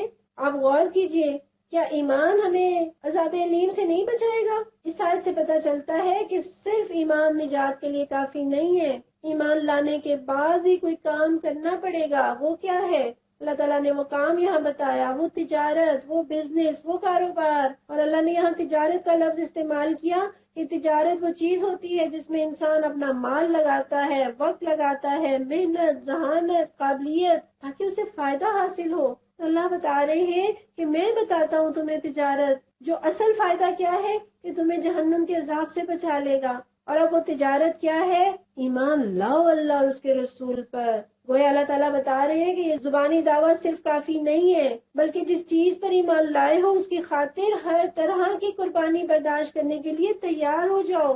اپنے اس دعوے کو اپنے عمل سے سچا کر کے دکھاؤ۔ اور کیا کرنا ہوگا؟ تجاہدون فی سبیل اللہ، جہاد کرو اللہ کی راہ میں، محنت کرو، انتہائی کوشش کرو، اپنی صلاحیتیں، اپنے وسائل لگا دو۔ پیارے نبی فرماتے ہیں جو شخص خدا کی راہ میں جہاد کیے بغیر مر گیا اور اس کے دل میں اس کی آرزو بھی نہیں تھی تو وہ نفاق کی ایک کیفیت میں مرا۔ یہ مسلم کی حدیث ہے۔ محنت کرنی ہے، دین کے غلبے کے لیے کوشش کرنا ہے، مال بھی لگائیں، جان بھی لگائیں، اللہ تعالیٰ کہہ رہے ہیں یہی تمہارے لیے بہتر ہے اگر تم سمجھو، اللہ تمہارے گناہ معاف کرے گا۔ یاد کیجیے اپنے گناہوں کو، اس راستے پہ چلیں گے تو گناہ معاف ہو جائیں گے، اللہ کے دین کے راستے میں محنت کریں گے تو گناہ معاف ہوں گے، اور تم کو ایسے باغوں میں داخل کرے گا جس کے نیچے نہریں بہتی ہوں گی، ابدی قیام کی جنتوں میں بہترین گھر وہ تمہیں عطا فرمائے گا۔ چاہیے نا مجھے اور آپ کو، ہم اس جنت کی دعائیں کرتے ہیں، تمنائیں رکھتے ہیں، کوشش بھی کرتے ہیں، محنت بھی کرتے ہیں، تو بس اسی محنت کے سلے میں اللہ تعالیٰ جنت کے وعدے کر رہے ہیں، اور وہ دوسری چیز جو تم چاہتے ہو وہ بھی تمہیں دے گا، اللہ کی طرف سے نصرت اور قریب ہی میں حاصل ہو جانے والی فتح۔ اے نبی، اہل ایمان کو اس کی بشارت دے دیجئے، یہ بازی عشق کی بازی ہے، جو چاہو لگا دو ڈر کیسا، گر جیت گئے تو کیا کہنے، ہارے بھی تو بازی مات نہیں۔ یا ایھا الذین آمنوا کونوا انصار اللہ، اے لوگوں جو ایمان لائے ہو اللہ کے مددگار بنو، جس طرح عیسیٰ ابن مریم نے حواریوں کو خطاب کر کے کہا تھا کون ہے اللہ کی طرف بلانے میں میرا مددگار، اور حواریوں نے جواب دیا تھا نحن انصار اللہ، ہم ہیں اللہ کے مددگار۔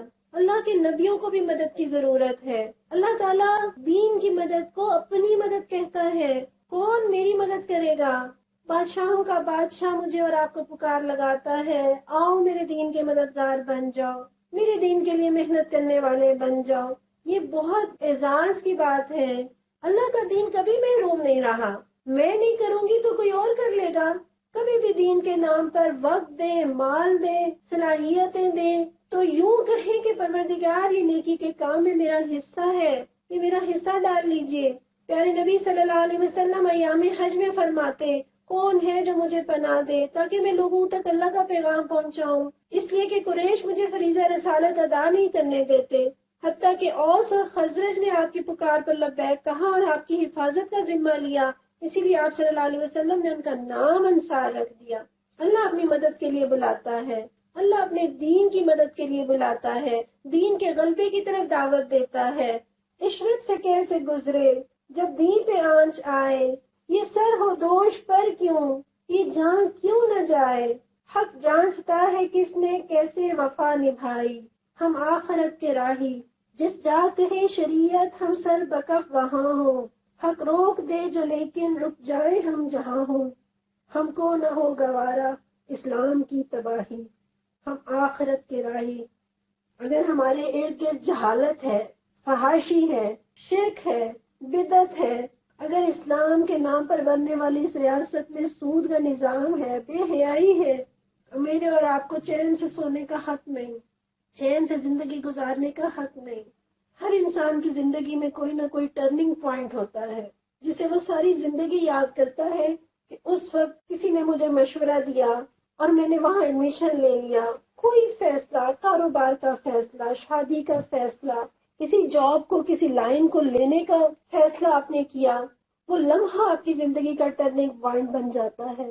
ہمارے لیے یہ رمضان کے لمحے، قرآن کے سائے میں گزرنے والے لمحے بڑے قیمتی ہیں، اس کو اپنی زندگی کا ٹرننگ پوائنٹ بنا لیں، طے کر لیں، پلان بنا لیں کہ میں نے قرآن سیکھنا ہے، سکھانا ہے، میں کیسے دین کی اقامت میں، دین کی اشاعت میں، نبی صلی اللہ علیہ وسلم کے مشن کو آگے بڑھانے میں میں کیا کر سکتی ہوں، میرے پاس کون کون سی صلاحیتیں ہیں، وقت ہے، مال ہے، میں بول سکتی ہوں، میں لکھ سکتی ہوں، میں مینج کر سکتی ہوں۔ اپنے لیے طے کر لیجئے، اپنے لیے کچھ نہ کچھ ضرور طے کر لیجئے، ایسا نہ ہو ہم قرآن پڑھ کر گزر جائیں اور دین اسی کسب پرسی کی حالت میں رہے اور ہم اپنے کھانوں میں اور کپڑوں میں اور گھر بنانے میں مصروف رہیں۔ اللہ ہمیں دین کی بنیادوں میں کھپا دے، اللہ ہمیں اپنے کام کا بنا لے اور اللہ ہمارا مددگار بن جائے۔ اس وقت بنی اسرائیل کا ایک گروہ ایمان لایا اور دوسرے گروہ نے انکار کیا، پھر ہم نے ایمان لانے والوں کی ان کے دشمنوں کے مقابلے میں تائید کی اور وہی غالب ہو کر رہے۔ سورہ جمعہ، بسم اللہ الرحمن الرحیم۔ اللہ کی تسبیح کر رہی ہے ہر وہ چیز جو آسمانوں میں ہے اور ہر وہ چیز جو زمین میں ہے، بادشاہ ہے، قدوس ہے، زبردست اور حکیم ہے۔ وہی ہے جس نے امیوں کے اندر ایک رسول خود انہی میں سے اٹھایا۔ امی کسے کہتے ہیں؟ امی سے ہے اور ماں کو کہتے ہیں، یعنی وہ جس نے صرف ماں ہی سے سیکھا ہو، جسے ہم اپنی زبان میں ان پڑھ کہتے ہیں، جسے کسی ادارے سے، کسی استاد سے نہ تعلیم حاصل کی ہو۔ تو یہودی تو نبی صلی اللہ علیہ وسلم کو حقارت سے امی کہتے تھے، لیکن اللہ تعالیٰ اپنے نبی کو پیار سے امی کہتے ہیں کہ آپ صلی اللہ علیہ وسلم نے کسی انسان سے تعلیم نہیں پائی، بلکہ براہ راست اللہ نے علم سکھایا، جو انہیں اس کی آیات سناتا ہے اور ان کی زندگی سنوارتا ہے۔ یہاں نبی صلی اللہ علیہ وسلم کی سنتیں بتائی جا رہی ہیں کہ وہ لوگوں کو قرآن کی آیات سناتے تھے اور ان کی زندگیوں کو سنوارتے تھے۔ یہ پیارے نبی کی سنتیں ہیں اور آیتیں آتی جاتی ہیں، زندگی سنورتی جاتی ہے۔ ایسا ہی ہے نا؟ اور ہم جو سنتے ہیں وہی ہمارے مزاج کا حصہ بنتا ہے، اور ہم دن کا 3/4 حصہ یا ہم سن رہے ہوتے ہیں یا سنا رہے ہوتے ہیں، مگر کیا اگر تو غیبتیں، گانے، ڈرامے، گپ شپ یہی کچھ سن رہے اور سنا رہے ہیں تو پھر ہمارا ایمان کیسے مضبوط ہو؟ پھر ہم برائیوں سے کیسے بچیں گے؟ اللہ ہمیں قرآن سننے اور سنانے والا بنا دے اور ان کو کتاب اور حکمت کی تعلیم دیتا ہے، حالانکہ اس سے پہلے وہ گمراہی میں پڑے ہوئے تھے، اور اس رسول کی بعثت ان دوسرے لوگوں کے لیے بھی ہے جو ابھی ان سے نہیں ملے ہیں۔ یعنی آپ صلی اللہ علیہ وسلم صرف عربوں کے لیے مبعوث نہیں ہوئے، دوسری دنیا بھر کی تمام قوموں کے لیے اور ان کی نسلوں کے لیے بھی، قیامت تک آنے والی نسلوں کے لیے آپ صلی اللہ علیہ وسلم نبی بنا کر بھیجے گئے ہیں۔ یہ صرف عربوں کے نبی نہیں ہیں، اور ہم دیکھتے ہیں امام بخاری، امام مسلم، امام ابو حنیفہ یہ عرب نہیں تھے۔ اللہ زبردست اور حکیم ہے، یہ اس کا فضل ہے، جسے چاہتا ہے دیتا ہے، وہ بڑا فضل فرمانے والا ہے۔ جن لوگوں کو تورات کا حامل بنایا گیا تھا مگر انہوں نے اس کا بار نہ اٹھایا، ان کی مثال اس گدھے کی سی ہے جس پر کتابیں لگی ہوئی ہوں۔ اللہ تعالیٰ نے کیسی درست مثال دی ہے، اگر میڈیکل کی کتابیں گدھے پہ لاد دے تو کیا وہ ڈاکٹر بن جائے گا؟ ڈاکٹر تو میڈیکل کی کتابوں کو پڑھ پڑھ کے، محنت کر کر کے، یاد کر کر کے دن رات بھلا دیتے اپنے آپ کو، اینک لگ جاتی ہے، کتنی قربانیاں دیتے ہیں، کتنے امتحانات دیتے ہیں، پھر ان میں کامیاب ہوتے ہیں تو پھر کہیں جا کے ڈاکٹر بنتے ہیں، اور ڈاکٹر بن کر بھی ان سے میڈیکل کی کتابیں چھوٹتی نہیں، پڑھائی چھوٹتی نہیں، وہ پھر بھی پڑھتے جاتے ہیں اور اسے اپنی پریکٹس کا حصہ بناتے ہیں، تب کہیں جا کر کامیاب ڈاکٹر بنتے ہیں۔ اور ہم کتاب پڑھے بغیر، سمجھے بغیر، عمل میں لائے بغیر ایمان کا دعویٰ کرتے ہیں۔ اللہ تعالیٰ فرماتے ہیں اس سے بھی زیادہ بری مثال ہے ان لوگوں کی جنہوں نے اللہ کی آیات کو جھٹلایا، کہ گدھے بیچارے کے پاس تو عقل نہیں، تمہیں تو اللہ نے عقل دی ہے، اور کتنے لوگ ہیں جو اپنے قول سے اللہ کی آیتوں کو جھٹلاتے ہیں، اور کتنے لوگ عمل سے جھٹلاتے ہیں۔ اللہ ہمیں اس کتاب کا حق ادا کرنے والا بنا دے، ایسے ظالموں کو اللہ ہدایت نہیں دیا کرتا۔ ان سے کہو اے لوگوں جو یہودی بن گئے ہو، اگر تمہیں یہ گھمنڈ ہے کہ باقی سب لوگوں کو چھوڑ کر بس تم ہی اللہ کے چہیتے ہو تو موت کی تمنا کرو، اگر تم اپنے اس ذوم میں سچے ہو، لیکن یہ ہرگز اس کی تمنا نہ کریں گے اپنے کرتوتوں کی وجہ سے جو یہ کر چکے۔ یہودی کبھی بھی موت کے لیے تیار نہیں ہوتے، وہ کبھی بھی جان قربان کرنے کے لیے تیار نہیں ہوتے۔ نبی صلی اللہ علیہ وسلم کی زندگی کی مثالیں بھی ہیں، انہوں نے سازشیں کی، انہوں نے اکسایا، لیکن کبھی بھی وہ خود براہ راست مقابلے پہ آ کے کھڑے نہیں ہوئے۔ یہودیوں کو اپنی جان بڑی پیاری ہے، اور اللہ ان ظالموں کو خوب جانتا ہے۔ ان سے کہو جس موت سے تم بھاگتے ہو وہ تو تمہیں آ کر رہے گی۔ یہ تو جن کا ایمان نہیں ہوتا، جو مومن نہیں ہے، وہ موت سے بھاگتے ہیں، وہ موت سے ڈرتے ہیں۔ مسلمان موت سے نہیں ڈرتا، موت تو خود زندگی کی محافظ ہے۔ کتنے اونچے محلوں میں رہنے والے بادشاہ آج مٹی کے نیچے سو رہے ہیں۔ مسلمان کا موت پر عقیدہ ہے، وہ تو موت کے لیے اپنے آپ کو تیار کرتا ہے۔ پیارے نبی نے فرمایا قریب ہے کہ ساری ملتوں والے ہر طرف سے تم پر اس طرح جھپٹ پڑیں گے جیسے کھانے والے پیالے پر ٹوٹ پڑتے ہیں۔ صحابہ نے کہا اے اللہ کے رسول کیا ہم ان دنوں بہت تھوڑے ہوں گے؟ آپ نے فرمایا نہیں، بلکہ ان دنوں تمہاری تعداد بہت زیادہ ہوگی، مگر تمہاری حیثیت سیلاب کے ساتھ بہنے والے تنکوں اور پتوں اور جھاگ کی سی ہوگی، اور تمہارے دشمنوں سے تمہارا رعب نکل جائے گا اور تمہارے دلوں میں وہن آ جائے گا۔ اور جب آپ سے پوچھا کہ وہن کیا ہے تو آپ نے فرمایا دنیا کی محبت اور موت سے نفرت۔ ہمیں اپنے ایمان کو مضبوط کرنا ہے، موت آنی ہے، اس مٹی میں جانا ہے، اصل کام یہ ہے کہ ہم اس کے لیے تیاری کرنے والے بن جائیں۔ پھر تم اس کے سامنے پیش کیے جاؤ گے جو پوشیدہ اور ظاہر کا جاننے والا ہے، اور وہ تمہیں بتا دے گا تم کیا کچھ کرتے رہے ہو۔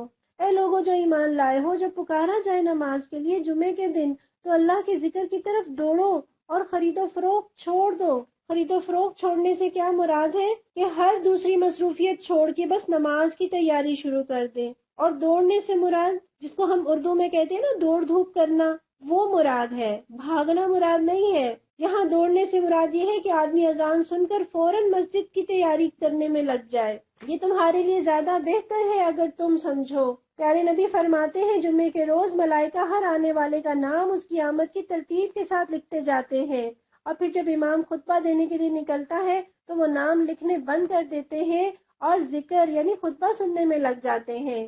حضرت عبداللہ بن مسعود کی روایت ہے، بخاری کے اندر موجود ہے، آپ نے فرمایا میرا جی چاہتا ہے کسی اور شخص کو اپنی جگہ نماز پڑھانے کے لیے کھڑا کر دوں اور جا کر ان لوگوں کے گھر جلا دوں جو جمعے کی نماز پڑھنے کے لیے نہیں آتے. اور آپ نے یہ بھی فرمایا جو شخص کسی حقیقی ضرورت اور جائز عذر کے بغیر محض لاپرواہی کی بنا پر مسلسل 3 جمعے چھوڑ دے، اللہ اس کے دل پر ٹھپا لگا دیتا ہے.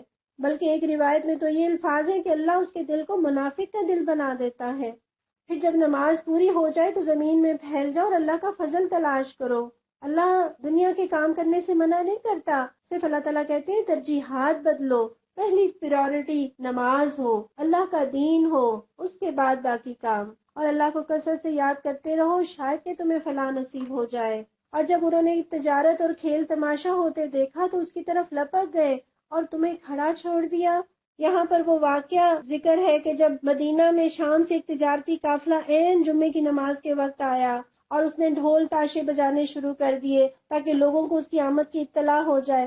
اس وقت آپ صلی اللہ علیہ وسلم خطبہ ارشاد فرما رہے تھے. لوگ یہ آوازیں سن کر بے چین ہو گئے، اور یہ حالات تھے کہ اس وقت ضروریات زندگی بہت تھوڑی تھیں، لوگ مشکل میں تھے، اور ایسے میں ان کو فکر ہوئی کہ اگر ہم نماز میں ہی رہے تو کہیں وہ ساری چیزیں بک نہ جائیں. اور چونکہ بہت سے نئے مسلمان اسلام میں داخل ہو چکے تھے اس لیے وہ لوگ چھوڑ کر چلے گئے، لیکن مضبوط ایمان والے اکابر صحابہ موجود رہے. اور اللہ تعالیٰ نے کہا ان سے کہو جو کچھ اللہ کے پاس ہے وہ کھیل تماشے اور تجارت سے بہت بہتر ہے، اللہ سب سے بہتر رزق دینے والا ہے. یہ تم نے تعلیم چھوڑی، خطبہ چھوڑا، نماز کو چھوڑا، اللہ کے دین کو چھوڑا اور کھیل تماشے کو ترجیح دی. اور اگر وہ تجارت بھی تھی، اگر وہ ضرورت بھی تھی، پھر بھی دین کو ترجیح حاصل ہے. سورہ منافقون، اس سورت کے اندر منافقین کے طرز عمل پر بات کی گئی. وہ براہ راست مخاطب تو مدینہ کے منافق ہیں، عبداللہ بن ابی اور اس کے ساتھی. لیکن مجھے تو آپ کو اپنی فکر کرنی ہے،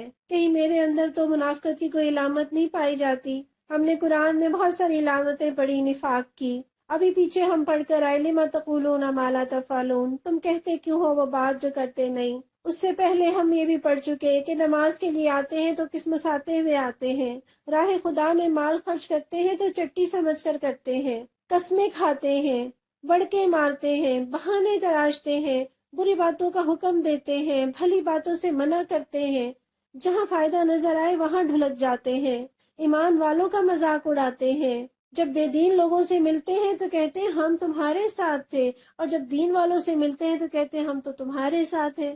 اور احادیث میں بھی ہم نے پڑھا کہ وہ جو بات کرے تو جھوٹ بولے، وعدہ کرے تو خلاف کرے، امانت سونپی جائے تو خیانت کرے، جب کسی سے معاملہ کرے تو جھگڑے پر اتر آئے. کہ ہمارے اندر تو اس میں کوئی نشانی نہیں پائی جاتی. اس دور کے منافق تو باجماعت نماز میں شریک ہوتے تھے، روزے رکھتے تھے، مال بھی پیش کرتے تھے، حتیٰ کہ جہاد میں بھی شریک ہوتے تھے. اور آج کے دور کے مسلمان باجماعت نماز تو کیا گھر کی نمازوں سے بھی غافل ہے، مال بھی دین کے رستے میں خرچ کرنے کو تیار نہیں، جہاد تو بہت دور کی بات ہے. صحابہ تو پہاڑ جیسا ایمان رکھتے تھے، پھر بھی نفاق سے ڈرتے رہتے تھے. ہماری ایمانی صحت تو بہت کمزور ہے، ہمیں تو بہت محتاط رہنے کی ضرورت ہے کہ ہمیں یہ کہیں بیماری نہ لگ جائے. حضرت حسن بصری فرماتے ہیں کہ نفاق سے مومن ڈرتا ہے جبکہ منافق اس سے بے خوف رہتا ہے. اور ایک تابعی ہے ابن ابی ملیکہ، وہ فرماتے ہیں کہ میری ملاقات 30 صحابہ سے ہوئی، ان میں سے ہر صحابی اپنے بارے میں نفاق سے ڈرتا تھا، اور ان میں سے کوئی بھی یہ نہیں کہتا تھا کہ میرا ایمان جبرائیل اور میکائیل جیسا ہے.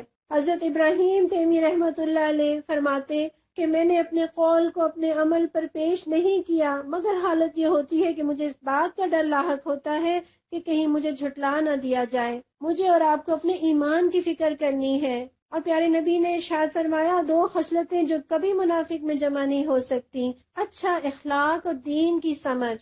اگر ہم ان 2 چیزوں کو اپنا لیں، دین کی سمجھ حاصل کرنے کی کوشش کریں اور اخلاق کو بہتر بنانے کی کوشش کریں تو انشاءاللہ نفاق سے بچ سکتے ہیں۔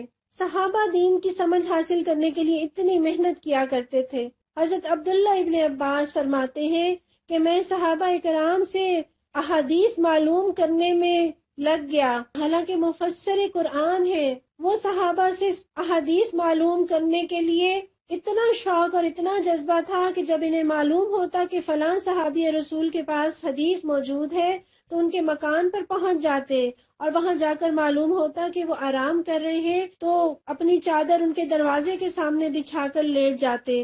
دوپہر کی گرمی میں لو چلتی اور گرد و غبار اڑا کر میرے اوپر لاد دیتی۔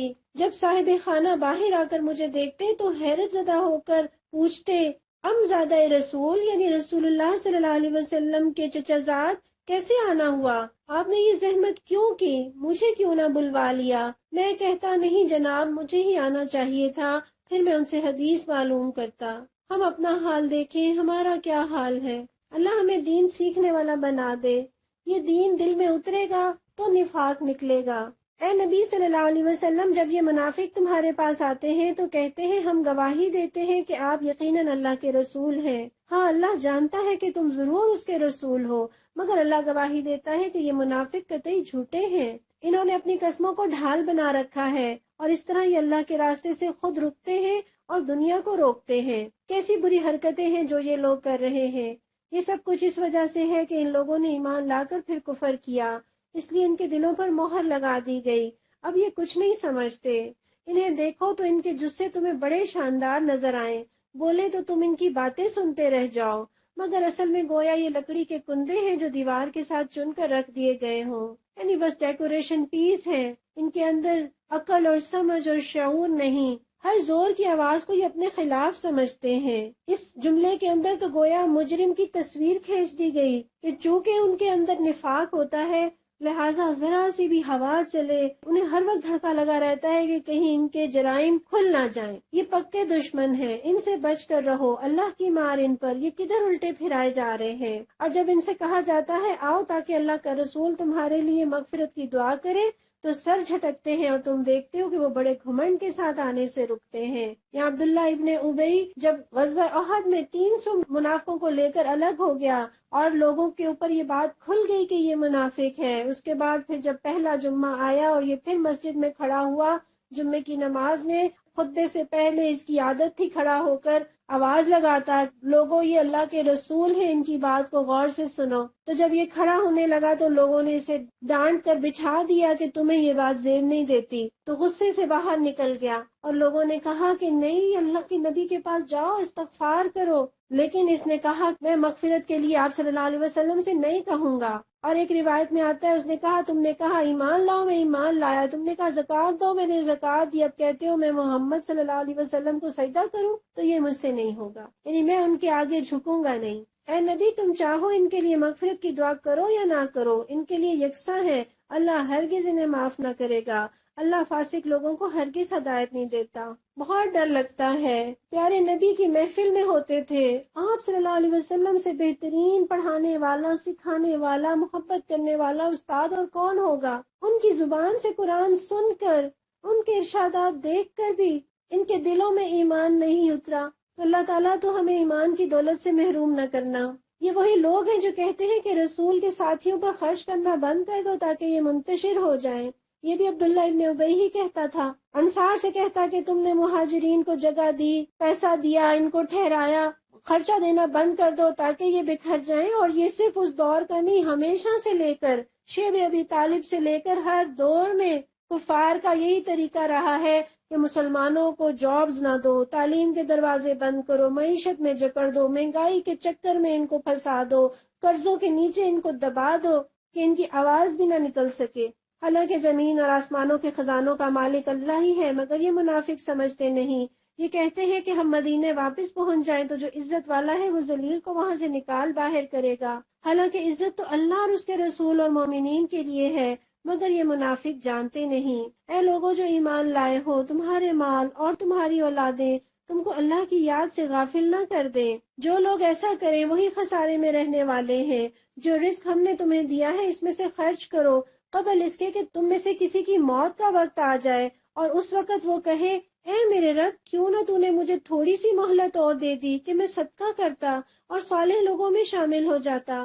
یہاں بھی کون سا مال خرچ کرنے کی بات ہے؟ دین کی اقامت کے لیے، دین کے ابلاغ کے لیے مال خرچ کرنے کی بات ہے۔ اللہ اپنے دین کا کام خود کرتا ہے، یہ تو میرا اور آپ کا امتحان ہے، ٹیسٹ ہے صرف، ورنہ وہ میرے اور آپ کے مال کا محتاج نہیں ہے۔ اور یہاں آپ دیکھیں کہ کتنی اچھی اچھی خواہشیں کر رہا ہے کہ میں صدقہ کروں، میں نیکیاں کروں، لیکن ایٹیچیوڈ کیا تھا دنیا میں رہتے ہوئے؟ رویہ کیا تھا؟ دنیا کے معاملے میں تو اتنے ہم کانشیس تھے، اتنے ہم فکر مند ہوتے تھے، سیل لگی ہے آج ہی پہلے دن ہی چلی جاؤں کہیں ختم نہ ہو جائے اچھی چیزیں، لیکن نیکی کے سارے پلان ڈیلے ڈیلے ڈیلے، یہاں تک کہ موت آ گئی۔ حالانکہ جب کسی کی مہلت عمل پوری ہونے کا وقت آ جاتا ہے تو اللہ اس کو ہرگز مزید مہلت نہیں دیتا، اور جو کچھ تم کرتے ہو اللہ اس سے باخبر ہے۔ سورہ تغابن مدنی سورہ ہے، اور لگتا ہے کہ مدینہ کے بھی بالکل ابتدائی دور کی صورتوں میں سے ہوگی، کیونکہ کچھ رنگ مکی صورتوں کا بھی نظر آتا ہے۔ ایمان باللہ، ایمان بالرسالت، ایمان بالآخرت اور قیامت کے دن کے غیر متوقع نتائج کے بارے میں اللہ تعالیٰ نے یہاں ذکر کیا ہے، اور گھر والوں سے محبت کا امتحان، اس کا بھی ذکر ہے۔ بسم اللہ الرحمن الرحیم۔ یسبح للہ ما فی السماوات وما فی الارض لہ الملک ولہ الحمد وہو علی کل شیء قدیر۔ اللہ کی تسبیح کر رہی ہے ہر وہ چیز جو آسمانوں میں ہے اور ہر وہ چیز جو زمین میں ہے، اسی کی بادشاہی ہے اور اسی کے لیے تعریف ہے، اور وہ ہر چیز پر قادر ہے۔ وہی ہے جس نے تم کو پیدا کیا، پھر تم میں سے کوئی کافر ہے اور کوئی مومن، اور اللہ وہ سب کچھ دیکھ رہا ہے جو تم کرتے ہو۔ اس نے زمین اور آسمانوں کو برحق پیدا کیا اور تمہاری صورت بنائی اور بڑی ہی عمدہ بنائی۔ کہیے الحمدللہ، اور آج کے بعد اللہ سے شکوہ نہیں کرنا، اور اسی کی طرف آخر کار تمہیں پلٹنا ہے۔ زمین اور آسمانوں کی ہر چیز کا اسے علم ہے، جو کچھ تم چھپاتے ہو اور جو کچھ تم ظاہر کرتے ہو سب اس کو معلوم ہے، اور وہ دلوں کا حال تک جانتا ہے۔ اور قرآن ایک جگہ کہتا ہے نا، الا یعلم من خلق، کیا وہی نہ جانے گا جس نے پیدا کیا؟ جیسے ماں بچے سے کہتی ہے نا تمہاری رگ رگ سے واقف ہوں، کیا تمہیں ان لوگوں کی کوئی خبر نہیں پہنچی جنہوں نے اس سے پہلے کفر کیا اور پھر اپنی شامت اعمال کا مزہ چکھ لیا، اور آگے ان کے لیے ایک دردناک عذاب ہے؟ اس انجام کے مستحق وہ اس لیے ہوئے کہ ان کے پاس ان کے رسول کھلی کھلی دلیلیں اور نشانیاں لے کر آتے رہے، مگر انہوں نے کہا کیا انسان ہمیں ہدایت دیں گے؟ یہاں آپ دیکھیے ایمان بالرسالت، اللہ اس کا تذکرہ کر رہے ہیں۔ اس طرح انہوں نے ماننے سے انکار کر دیا اور منہ پھیر لیا، تب اللہ بھی ان سے بے پرواہ ہو گیا، اور اللہ تو ہے ہی بے نیاز اور اپنی ذات میں آپ محمود۔ منکرین نے بڑے دعوے سے کہا کہ وہ مرنے کے بعد ہرگز دوبارہ نہ اٹھائے جائیں گے۔ یہاں سے ایمان بالآخرت شروع ہوا۔ ان سے کہو نہیں، میرے رب کی قسم تم ضرور اٹھائے جاؤ گے، پھر ضرور تمہیں بتایا جائے گا کہ تم نے دنیا میں کیا کچھ کیا، اور ایسا کرنا اللہ کے لیے بہت آسان ہے۔ بس ایمان لاؤ اللہ پر اور اس کے رسول پر اور اس روشنی پر جو ہم نے نازل کی ہے۔ کون سی روشنی؟ قرآن کا ذکر ہے۔ اللہ تعالیٰ فرما رہے ہیں کہ اس روشنی پر ایمان لے آؤ، مان جاؤ کہ جو کچھ ہے برحق ہے، درست ہے، تمہارے فائدے کا ہے۔ اللہ ہمیں قرآن سیکھنے والا بنا دے، دین سیکھنے والا بنا دے۔ ہمارے اسلاف اس قدر محنت کرتے تھے دین سیکھنے کے لیے۔ ایک بزرگ کہتے ہیں کہ اگر محنت خوب ہو اور بلند ہمتی نہ ہو تو بھی علم زیادہ حاصل نہیں ہوتا، اور اگر ہمت ہو مگر محنت نہ ہو تو بھی علم حاصل نہیں ہوتا۔ اور آج ہمارا بھی یہی مسئلہ ہے کہ ہم بہت شوق سے سیکھنا شروع کرتے ہیں، لیکن جب کچھ وقت گزرتا ہے، مشکل پیش آتی ہے تو چھوڑ دیتے ہیں۔ حافظ حدیث ہے ایک ابو عبد الرحمن بن مخلد، اندلس سے یعنی اسپین سے بغداد تک کا سفر، ہزاروں میل کا سفر پیدل طے کیا، صرف امام احمد بن حنبل سے حدیث کا علم حاصل کرنے کے لیے۔ اور جب بغداد پہنچے تو پتہ چلا کہ امام صاحب پر تو حکومت کی جانب سے درس و تدریس اور ملنے ملانے پر کڑی پابندی ہے، ان پر تو جیسے غم کا پہاڑ ٹوٹ پڑا۔ خیر، کم حوصلہ اور مایوس ہونے والے تو تھے نہیں، لوگوں سے پوچھتے پچھاتے امام صاحب کے دروازے پر جا پہنچے اور ایک عجیب و غریب بحروپ اختیار کیا۔ فقیر کی طرح سر پر کپڑا باندھا جیسے وہاں کا دستور تھا، ہاتھ میں لکڑی پکڑے، کاغذ اور قلم اور دوات آستین کے اندر چھپا کر امام صاحب کے دروازے پہ جا کے صدا لگائی، اللہ بہت سا دے بابا۔ اور کہتے ہیں ہر روز اسی طرح بھیس بدل کر ابن مخلد امام احمد بن حنبل کے گھر جاتے، صدا لگاتے، امام صاحب دروازہ کھول کر اندر کر لیتے، اور ہر روز کبھی ایک، کبھی دو، کبھی تین، کبھی زیادہ، جیسا موقع ہوتا حدیث سیکھتے۔ طویل مدت تک یہ سلسلہ جاری رہا۔ تو یہ شوق، یہ جذبہ میں اور آپ اپنے اندر پیدا کر لیں اس روشنی سے فائدہ حاصل کرنے کے لیے۔ اور اللہ تعالیٰ فرماتے ہیں جو کچھ تم کرتے ہو اللہ اس سے باخبر ہے، یہ اپنی اصلاح کر لو، اس کا پتہ تمہیں اس روز چل جائے گا جب اجتماع کے دن وہ تم سب کو اکٹھا کرے گا۔ وہ دن ہوگا ایک دوسرے کے مقابلے میں لوگوں کی ہار جیت کا۔ ذالک یوم التغابن، یہ قیامت کا ایک نام ہے۔ تغابن کا کیا مطلب ہے؟ کوئی جیتا کوئی ہارا، اور دنیا میں تو تغابن ہوتا ہی رہتا ہے۔ اصل تغابن قیامت کے روز ہوگا، وہاں پتہ چلے گا کہ اصل میں دھوکہ کس نے کھایا اور ہوشیار کون نکلا۔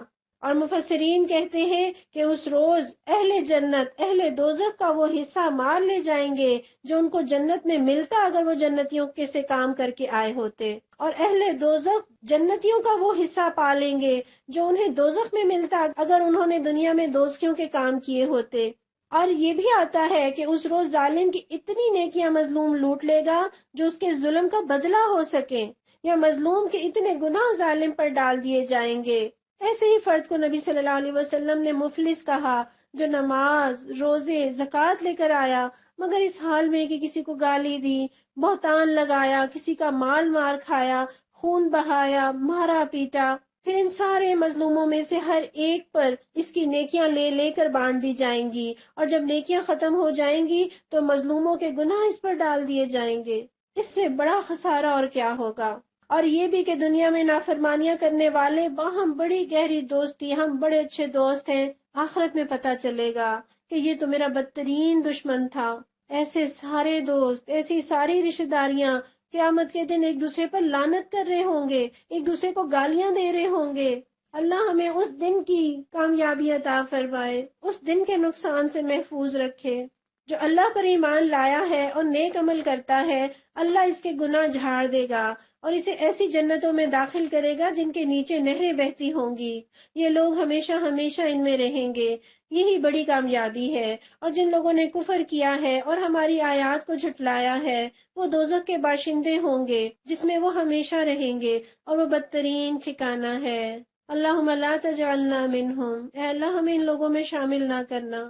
کوئی مصیبت کبھی نہیں آتی مگر اللہ کے اذن ہی سے آتی ہے۔ جو شخص اللہ پر ایمان رکھتا ہو اللہ اس کے دل کو ہدایت بخشتا ہے، اور اللہ کو ہر چیز کا علم ہے۔ اللہ کی اطاعت کرو اور رسول صلی اللہ علیہ وسلم کی اطاعت کرو، لیکن اگر تم اطاعت سے منہ موڑتے ہو تو ہمارے رسول پر صاف صاف حق پہنچا دینے کے سوا کوئی ذمہ داری نہیں۔ اللہ وہ ہے جس کے سوا کوئی خدا نہیں، لہٰذا ایمان لانے والوں کو اللہ ہی پر بھروسہ رکھنا چاہیے۔ اے لوگوں جو ایمان لائے ہو، تمہاری بیویوں اور تمہاری اولاد میں سے بعض تمہارے دشمن ہیں، ان سے ہوشیار رہو۔ اگر تم عفو و درگزر سے کام لو اور معاف کر دو تو اللہ غفور الرحیم ہے۔ یعنی جو دین سے روکتے ہیں وہ کیا ہے؟ وہ تمہارے دشمن ہیں۔ تمہارے مال اور تمہاری اولاد تو ایک آزمائش ہے، اور اللہ ہی ہے جس کے پاس بڑا اجر ہے۔ یہاں اللہ تعالیٰ نے مال اور اولاد کو آزمائش کہا ہے۔ ہم عمر بن عبدالعزیز کی ہمارے سامنے مثال ہے، جب فوت ہونے لگے تو ان کے رشتہ دار مسلمہ بن عبد الملک نے کہا امیر المومنین آپ نے اپنی اولاد کو مال و دولت سے محروم کر دیا، کاش اب آخری وقت میں ان کے لیے کوئی وصیت کرتے جائیں۔ حضرت عمر بن عبدالعزیز نے فرمایا اگر میری اولاد متقی اور پرہیزگار ہوگی تو اللہ اپنے فضل سے انہیں غنی کر دے گا، اور اگر گناہوں میں مبتلا ہوں گے تو میں انہیں مال و دولت دے کر ان کے گناہوں میں اضافہ نہیں کرنا چاہتا۔ پھر بیٹوں کو بلایا اور فرمایا پیارے بیٹو، دو باتوں میں سے ایک بات تمہارے باپ کے اختیار میں تھی، پہلی یہ کہ تم دولت مند ہو جاؤ اور تمہارا باپ جہنم میں چلا جائے، اور دوسری یہ کہ تم محتاج رہو اور تمہارا باپ جنت میں چلا جائے۔ میں نے دوسری بات کو پسند کیا اور تم کو اللہ کے حوالے کرتا ہوں۔ اندازہ لگائیے کیسا جذبہ ہے، آخرت کا کیسا خوف ہے۔ اور کہا جاتا ہے کہ عمر بن عبدالعزیز کے 12 بیٹے تھے اور بہت تھوڑی غالباً 2 درہم وراثت جو ہے وہ تقسیم ہوئی۔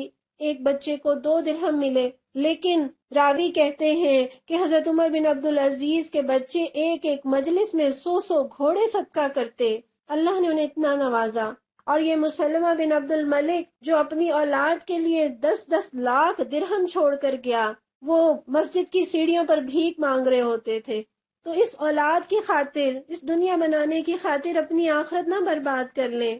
یہ تو ایسے ہی ہے، ہم نے جنت جہنم کو لاہور کراچی جانے جیسا سمجھ لیا کہ میں تو کراچی جانا چاہ رہی تھی، لیکن چونکہ سارے گھر والے لاہور جا رہے تھے اس لیے میں نے بھی مجبوراً لاہور ہی کا ارادہ باندھ لیا۔ کہیں اسی طرح ہم یہ نہ کہیں میں تو جنت میں جانا چاہ رہی تھی لیکن باقی چونکہ سارے جہنم میں جا رہے تھے تو میں نے بھی جہنم میں جانے کا ارادہ کر لیا۔ اس سے بڑا بے وقوف کون ہوگا جو دوسروں کی دنیا بنانے کے لیے اپنی آخرت برباد کر لے۔ اور پیارے نبی فرماتے ہیں ایک شخص قیامت کے روز لایا جائے گا اور کہا جائے گا کہ اس کے بال بچے اس کی ساری نیکیاں کھا گئے۔ تو بہت محتاط رہنے کی ضرورت ہے، لہٰذا جہاں تک تمہارے بس میں ہو اللہ سے ڈرتے رہو، یعنی اولاد کی اصلاح کرتے رہو، بیوی بچوں کی اصلاح کرتے رہو، اور سنو اور اطاعت کرو، اپنے مال خرچ کرو، یہ تمہارے ہی لیے بہتر ہے۔ جو اپنے دل کی تنگی سے محفوظ رہ گئے بس وہی فلاح پانے والے ہیں۔ یہاں بار بار اللہ تعالیٰ دل کی تنگی سے منع کر رہے ہیں، اور کامیابی اسی کو ملے گی جو دل کی تنگی سے بچ جائے۔ اگر تم اللہ کو قرض حسن دو تو وہ تمہیں کئی گنا بڑھا کر دے گا اور تمہارے قصوروں سے درگزر فرمائے گا۔ اللہ بڑا قدردان اور بردبار ہے۔ حدیث میں آتا ہے کہ اللہ فرماتے ہیں کون ہے جو ایسے کو قرض دے جو نہ ظالم ہے، نہ مفلس، نہ نادہندہ، یعنی ایسا نہیں ہے کہ وہ لے کر واپس نہ لوٹائے، وہ غریب نہیں ہے، وہ مفلس نہیں ہے، وہ ظلم نہیں کرتا، وہ کئی گنا بڑھا کر دیتا ہے۔ ایک بڑا خوبصورت واقعہ ملتا ہے کہ ایک شخص آیا نبی صلی اللہ علیہ وسلم کے پاس کہ مدد کی جائے۔ آپ صلی اللہ علیہ وسلم نے انہیں ایک صحابی کے پاس بھیج دیا۔ جب وہ صحابی کے گھر کے دروازے پر پہنچتے ہیں تو اندر سے انہیں آواز آتی ہے کہ وہ میاں بیوی آپس میں اس بات پر ان کی تکرار ہو رہی ہے۔ شوہر بیوی سے کہہ رہے ہیں کہ تم نے چراغ کے اندر تیل کیوں زیادہ ڈال دیا۔ اب وہ دل میں سوچتے ہیں کہ یہ شخص تو اتنے بخیل ہے، یہ مجھے کیا دیں گے۔ بہرحال پھر مجبوراً دروازہ کھٹکھٹاتے ہیں۔ جب وہ صحابی باہر آتے ہیں انہیں پتہ چلتا ہے، انہیں رکنے کا کہتے ہیں، گھر کے اندر جاتے ہیں اور غالباً 2 تھیلیاں اشرفیوں کی یا اس دور کی جو بھی رقم تھی وہ لے کر آتے ہیں یا اس سے کم و بیش، اور اتنی زیادہ رقم دیکھ کر وہ حیران رہ جاتے ہیں کہ میں تو انہیں اتنا کنجوس سمجھ رہا تھا اور یہ اتنے فراخ دل ہیں، اور ان سے پوچھ بیٹھتے ہیں کہ ذرا مجھے بتائیے کہ یہ کیا معاملہ ہے، میں نے تو آپ کو اس طرح سے سنا اور آپ نے مجھے اتنا پیسہ لا کر دے دیا۔ تو فرماتے ہیں جس بات پہ میں تکرار کر رہا تھا یہ وہ پیسہ ہے جس کا مجھ سے حساب لیا جائے گا، لیکن جو میں تمہیں دے رہا ہوں اس کا حساب میں اللہ سے لوں گا، اللہ مجھے یہ لوٹا کر دے گا۔ تو یہ جذبہ چاہیے، یہ احساس چاہیے، ہم اللہ کے راہ میں دل کھول کر خرچ کریں، اعتماد کے ساتھ خرچ کریں کہ اللہ تعالیٰ ضرور لوٹاتے ہیں۔ حاضر اور غائب ہر چیز کو جانتا ہے، زبردست اور دانا ہے۔ سورہ طلاق، بسم اللہ الرحمن الرحیم۔ اے نبی صلی اللہ علیہ وسلم جب تم لوگ عورتوں کو طلاق دو تو انہیں ان کی عدت کے لیے طلاق دیا کرو۔ اچھا، طلاق کے اوپر پہلے بھی بات ہوئی تھی، اب دوبارہ موضوع آیا ہے تو ایک موٹی سی بات سمجھ لیجئے کہ طلاق دینا ہو تو عدت کے لیے طلاق دینی ہے، یعنی بیک وقت 3 طلاقیں دے کر ہمیشہ کی علیحدگی کے لیے طلاق نہ دی جائے، بلکہ میکسیمم 1 طلاق یا زیادہ سے زیادہ 2 طلاقیں دے کر عدت تک انتظار کرایا جائے تاکہ اس مدت میں ہر وقت رجوع کا موقع باقی رہے، اور اگر عدت ختم بھی ہو جائے تو اس کے بعد میاں بھی جہاں چاہے شادی کر سکتا ہے، عورت بھی جہاں چاہے شادی کر سکتی ہے، اور یہ بھی ممکن ہے کہ اگر سابق میاں بیوی باہم پھر رشتہ جوڑنا چاہیں تو اثر نو نکاح کر کے دوبارہ رشتہ جوڑ سکتے ہیں۔ صحابہ کرام اس بات کو پسند کرتے تھے کہ آدمی بیوی کو صرف 1 طلاق دے اور اس کو چھوڑے رکھے یہاں تک کہ اسے 3 حیض آ جائیں۔ یہ ابن ابی شیبہ کے الفاظ ہیں، یعنی یہ سب سے بہترین طریقہ ہے کہ 1 طلاق دے کر عدت کو گزارا جائے۔ اس میں امکان ہے کہ غصہ ٹھنڈا ہو جائے اور زوجین باہم ملنے کا فیصلہ کر لیں، اور اگر نہ بھی فیصلہ کریں تو عدت ختم ہوتے ہی ان کے اندر جدائی ہو جائے گی، لیکن اگر پھر بھی وہ ملنا چاہیں تو نکاح کر کے وہ دوبارہ ایک دوسرے کی زوجیت میں آ سکتے ہیں۔ اور عدت کے زمانے کا ٹھیک ٹھیک شمار کرو اور اللہ سے ڈرو، جو تمہارا رب ہے زمانہ عدت میں نہ تم انہیں ان کے گھروں سے نکالو اور نہ وہ خود نکلیں، الا یہ کہ وہ کسی صریح برائی کی مرتکب ہوں۔ صریح برائی سے کیا مراد ہے؟ بعض نے اس سے مراد بدکاری لی ہے، بعض نے اس سے مراد بدزبانی لی ہے، سرکشی لی ہے۔ بہرحال اللہ تعالیٰ اس میں ہمیں یہ سکھا رہے ہیں کہ نہ مرد غصے میں آ کے عورت کو گھر سے نکالے اور نہ عورت ہی بگڑ کر گھر چھوڑے۔ عدت تک گھر اس کا ہے اور ایک ہی گھر میں دونوں کو رہنا چاہیے تاکہ باہم موافقت کی کوئی صورت اگر نکل سکتی ہو تو اس سے فائدہ اٹھایا جا سکے۔ یہ اللہ کی مقرر کردہ حدیں ہیں، اور جو کوئی اللہ کی حدوں سے تجاوز کرے گا وہ اپنے اوپر خود ظلم کرے گا۔ تم نہیں جانتے، شاید اس کے بعد اللہ موافقت کی کوئی صورت پیدا کر دے۔ پھر جب وہ اپنی عدت کی مدت کے خاتمے پر پہنچے تو یا تو انہیں بھلے طریقے سے اپنے نکاح میں روک لو یا بھلے طریقے پر ان سے جدا ہو جاؤ۔ دو ایسے آدمیوں کو گواہ بنا لو جو تم میں سے صاحب عدل ہوں، اور اے گواہ بننے والوں گواہی ٹھیک ٹھیک اللہ کے لیے ادا کرو۔ تو یہ چیز ذہن میں رہے کہ یہ طلاق ایسی بات ہے کہ یہ اگر مذاق میں بھی کی جائے تو ہو جاتی ہے۔ جیسے کوئی گولی مارے اور اگر کوئی کہے کہ میں نے تو مذاق میں گولی ماری تھی لیکن گولی تو لگ جائے گی، بالکل اسی طرح طلاق ہو جاتی ہے۔ اور ہم نے قرآن سے سنت سے تعلیم سیکھنی ہے، نکاح کیسے کرنا ہے اور طلاق کیسے دینی ہے۔ یہ ڈراموں اور فلموں سے سیکھنے کی چیزیں نہیں ہیں، یہ سنجیدہ معاملات ہیں۔ یہ باتیں ہیں جن کی تم لوگوں کو نصیحت کی جاتی ہے ہر اس شخص کے لیے جو اللہ اور آخرت کے دن پر ایمان رکھتا ہو۔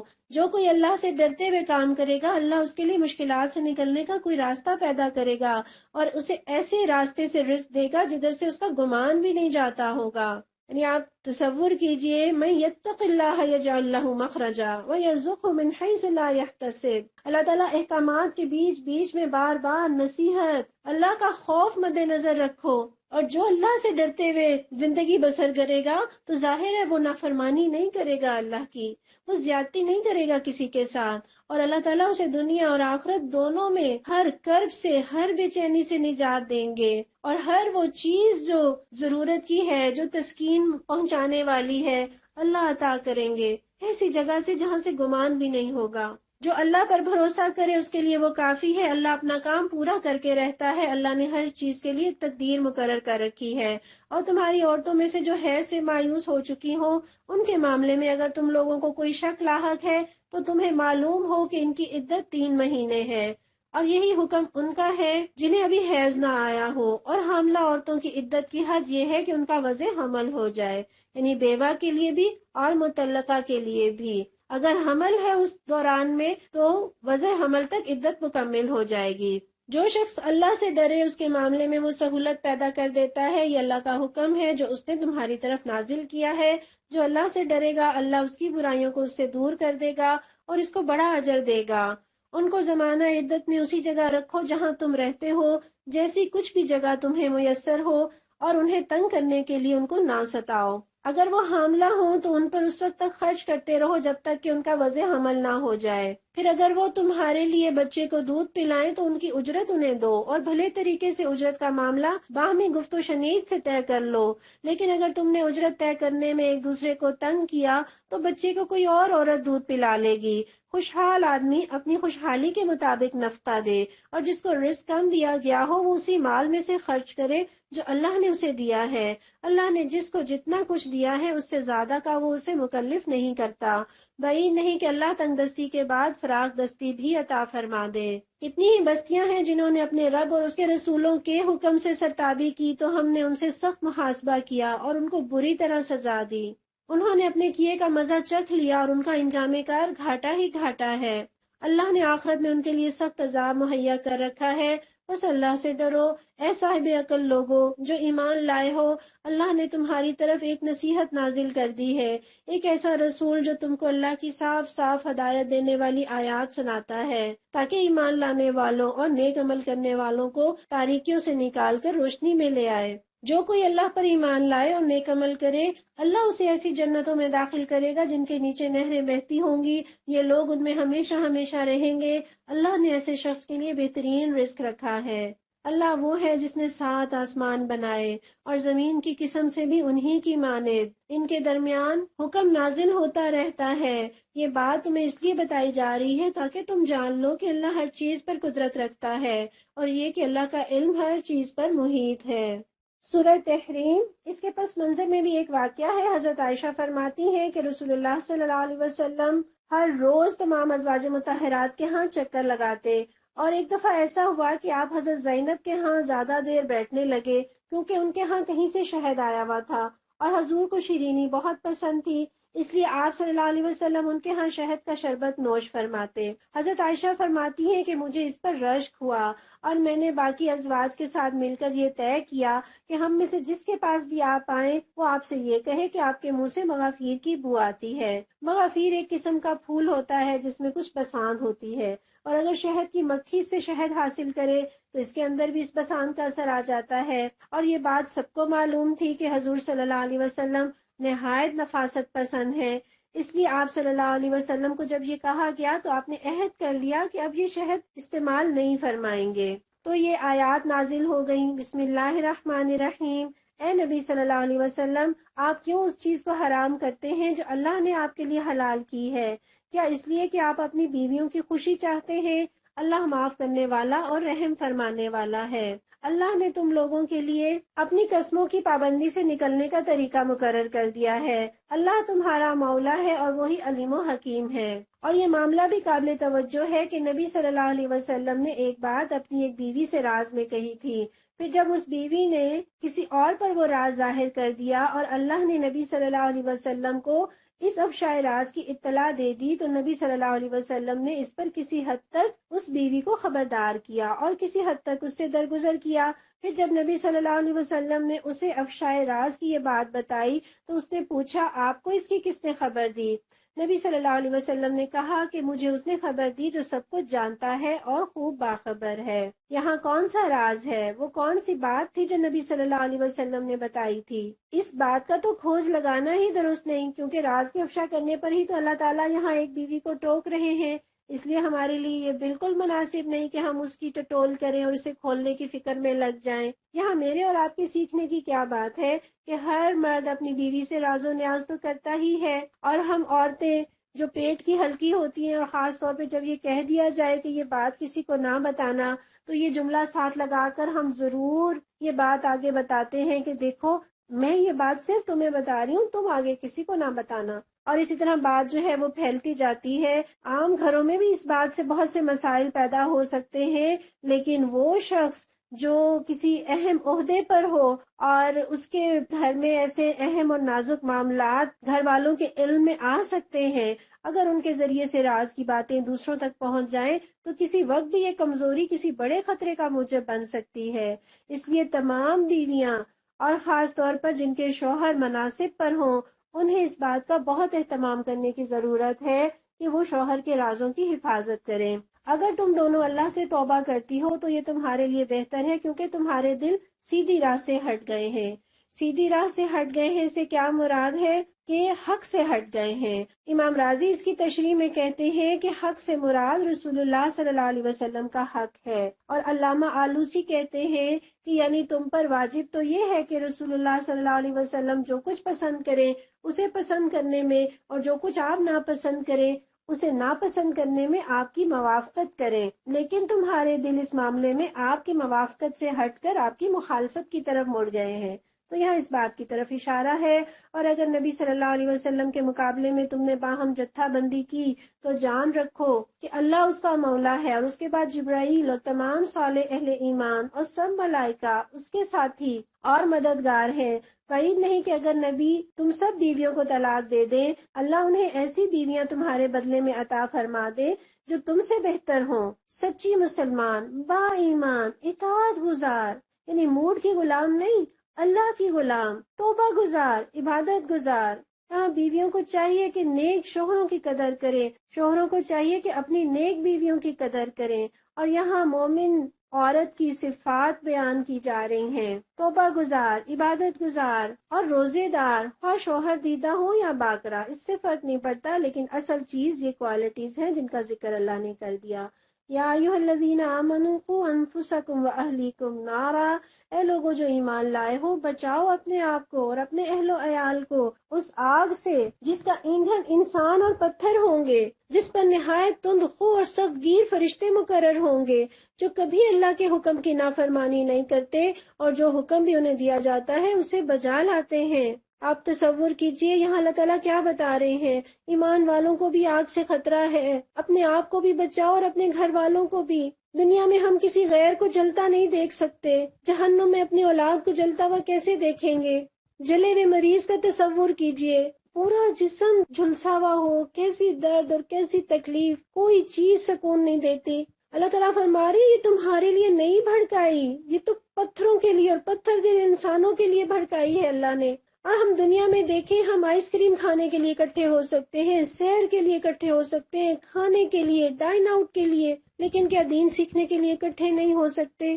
اللہ تعالیٰ یہاں جہنم کی شدت کا تذکرہ کر رہے ہیں کہ یہاں سے بچنے کی کوئی صورت نہیں ہوگی، بڑے تنخو فرشتے ہیں، اور انسان سب سے زیادہ اپنے گھر والوں سے محبت کرتا ہے۔ کسی تکلیف میں دیکھنا ممکن نہیں، تڑپ اٹھتا ہے، لیکن شاید آج جہنم پر سے وہ ایمان نہیں رہا کہ ہم دنیا اور اس کی تعلیم کے لیے، کیریئر کے لیے 3 سال کے بچے سے لے کر 23 سال کی عمر تک دونوں ہاتھوں سے پیسہ بھی لٹاتے ہیں، دن رات محنت بھی کرتے ہیں، لیکن جہنم کی آگ سے بچانے کے لیے اللہ کی صرف ایک کتاب اور نبی صلی اللہ علیہ وسلم کی سیرت اولاد میں اتارنے کا کوئی سامان نہیں کرتے۔ دنیا کی تعلیمیں لاکھوں کروڑوں اس کے اوپر لگا دیتے ہیں، لیکن جو دین کی تعلیم فرض عین ہے اور جگہ جگہ مفت دی جا رہی ہے، وہ دلوانے کے لیے تیار نہیں کہ بچوں کے پاس وقت نہیں۔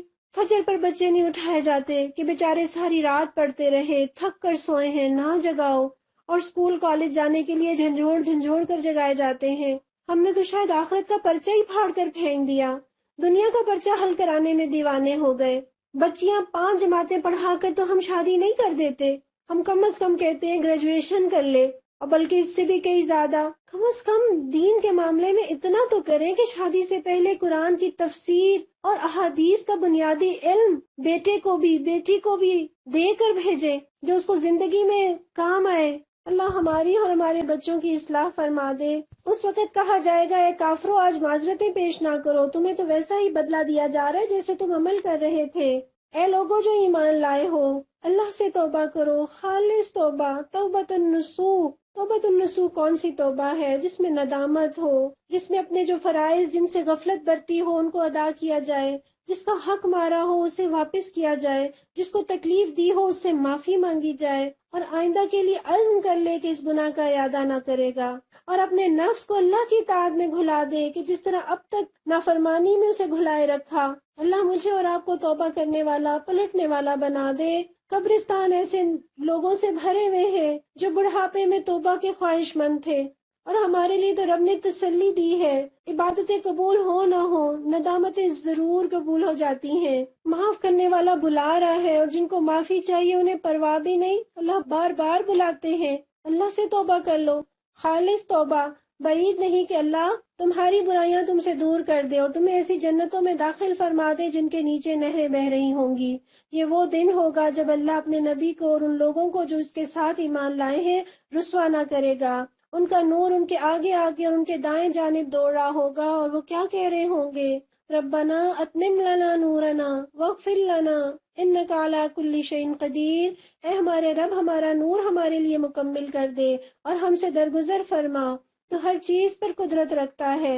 اے نبی صلی اللہ علیہ وسلم، کفار اور منافقین سے جہاد کرو اور ان کے ساتھ سختی سے پیش آؤ۔ کفر سے نرمی برتنا تو ایسے ہی ہے جیسے سانپ کو دودھ پلانا، اور منافق سے صرف نظر کرنا طاعون کا چوہا محبت سے پالنا ہے۔ ان کا ٹھکانہ جہنم ہے، اور وہ بہت ہی برا ٹھکانہ ہے۔ اللہ کافروں کے معاملے میں نوح علیہ السلام اور لوط علیہ السلام کی بیویوں کو بطور مثال پیش کرتا ہے۔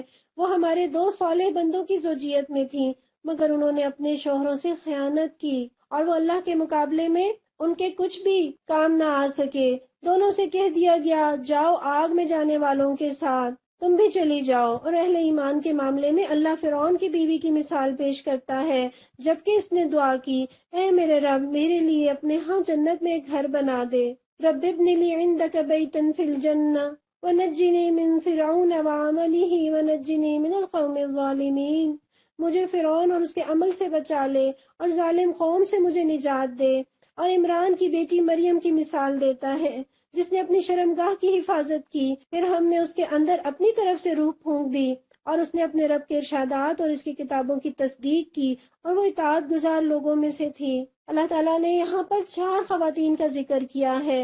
2 خواتین وہ جن کے شوہر بہت نیک تھے، لیکن انہوں نے اپنے شوہروں کی نیکی میں اس کا ساتھ نہیں دیا، اور وہ شوہر نبی ہو کر بھی اپنی بیویوں کو آگ سے نہ بچا سکے۔ اور حضرت آسیہ کی مثال، جنت کی افضل ترین 4 خواتین میں سے ایک، اور ان کے شوہر جہنم کے لیڈروں میں سے ایک۔ جیسے اللہ تلخ سمندر کے بیچ کھاری پانی کے اندر میٹھے پانی کا چشمہ، جس پر سمندر کی تلخی اثر انداز نہیں ہوتی، حضرت آسیہ کا کردار میرے اور آپ کے لیے حجت تمام ہو گئی کہ اگر ہمارے شوہر دیندار نہیں ہے، دین سے جڑے ہوئے نہیں ہیں، تو یہ میرے اور آپ کے لیے کوئی عذر نہیں ہو سکتا۔ اور حضرت مریم جن کے شوہر نہیں تھے، کیسی پاکیزہ زندگی، اپنی حیا کی حفاظت کی۔ اللہ تعالیٰ ہمیں بھی اپنی حیا کی حفاظت کرنے والا بنا دے، ہمیں بھی حضرت آسیہ کی طرح اپنے دین پر جم جانے والا بنا دے۔ ربنا تقبل منا انك انت السميع العليم وتب علينا انك انت التواب الرحيم سبحانك اللهم وبحمدك نشهد ان لا اله الا انت نستغفرك ونتوب اليك۔ پروردگار ہمارے اس وقت کو قبول فرما۔ یا اللہ، یہ تیری پیاری بندیاں جو تیری محبت میں قرآن سن رہی ہیں، انہیں دونوں جہانوں میں اتنا نواز کے نہال ہو جائے۔ پروردگار تو ہمیں اور ہماری اولادوں کو جہنم کے عذاب سے بچا لے۔ یا اللہ، ہمیں اپنی اولاد کی تربیت میں ہم سے بڑی کوتاہی ہوئی، پروردگار تو معاف فرما۔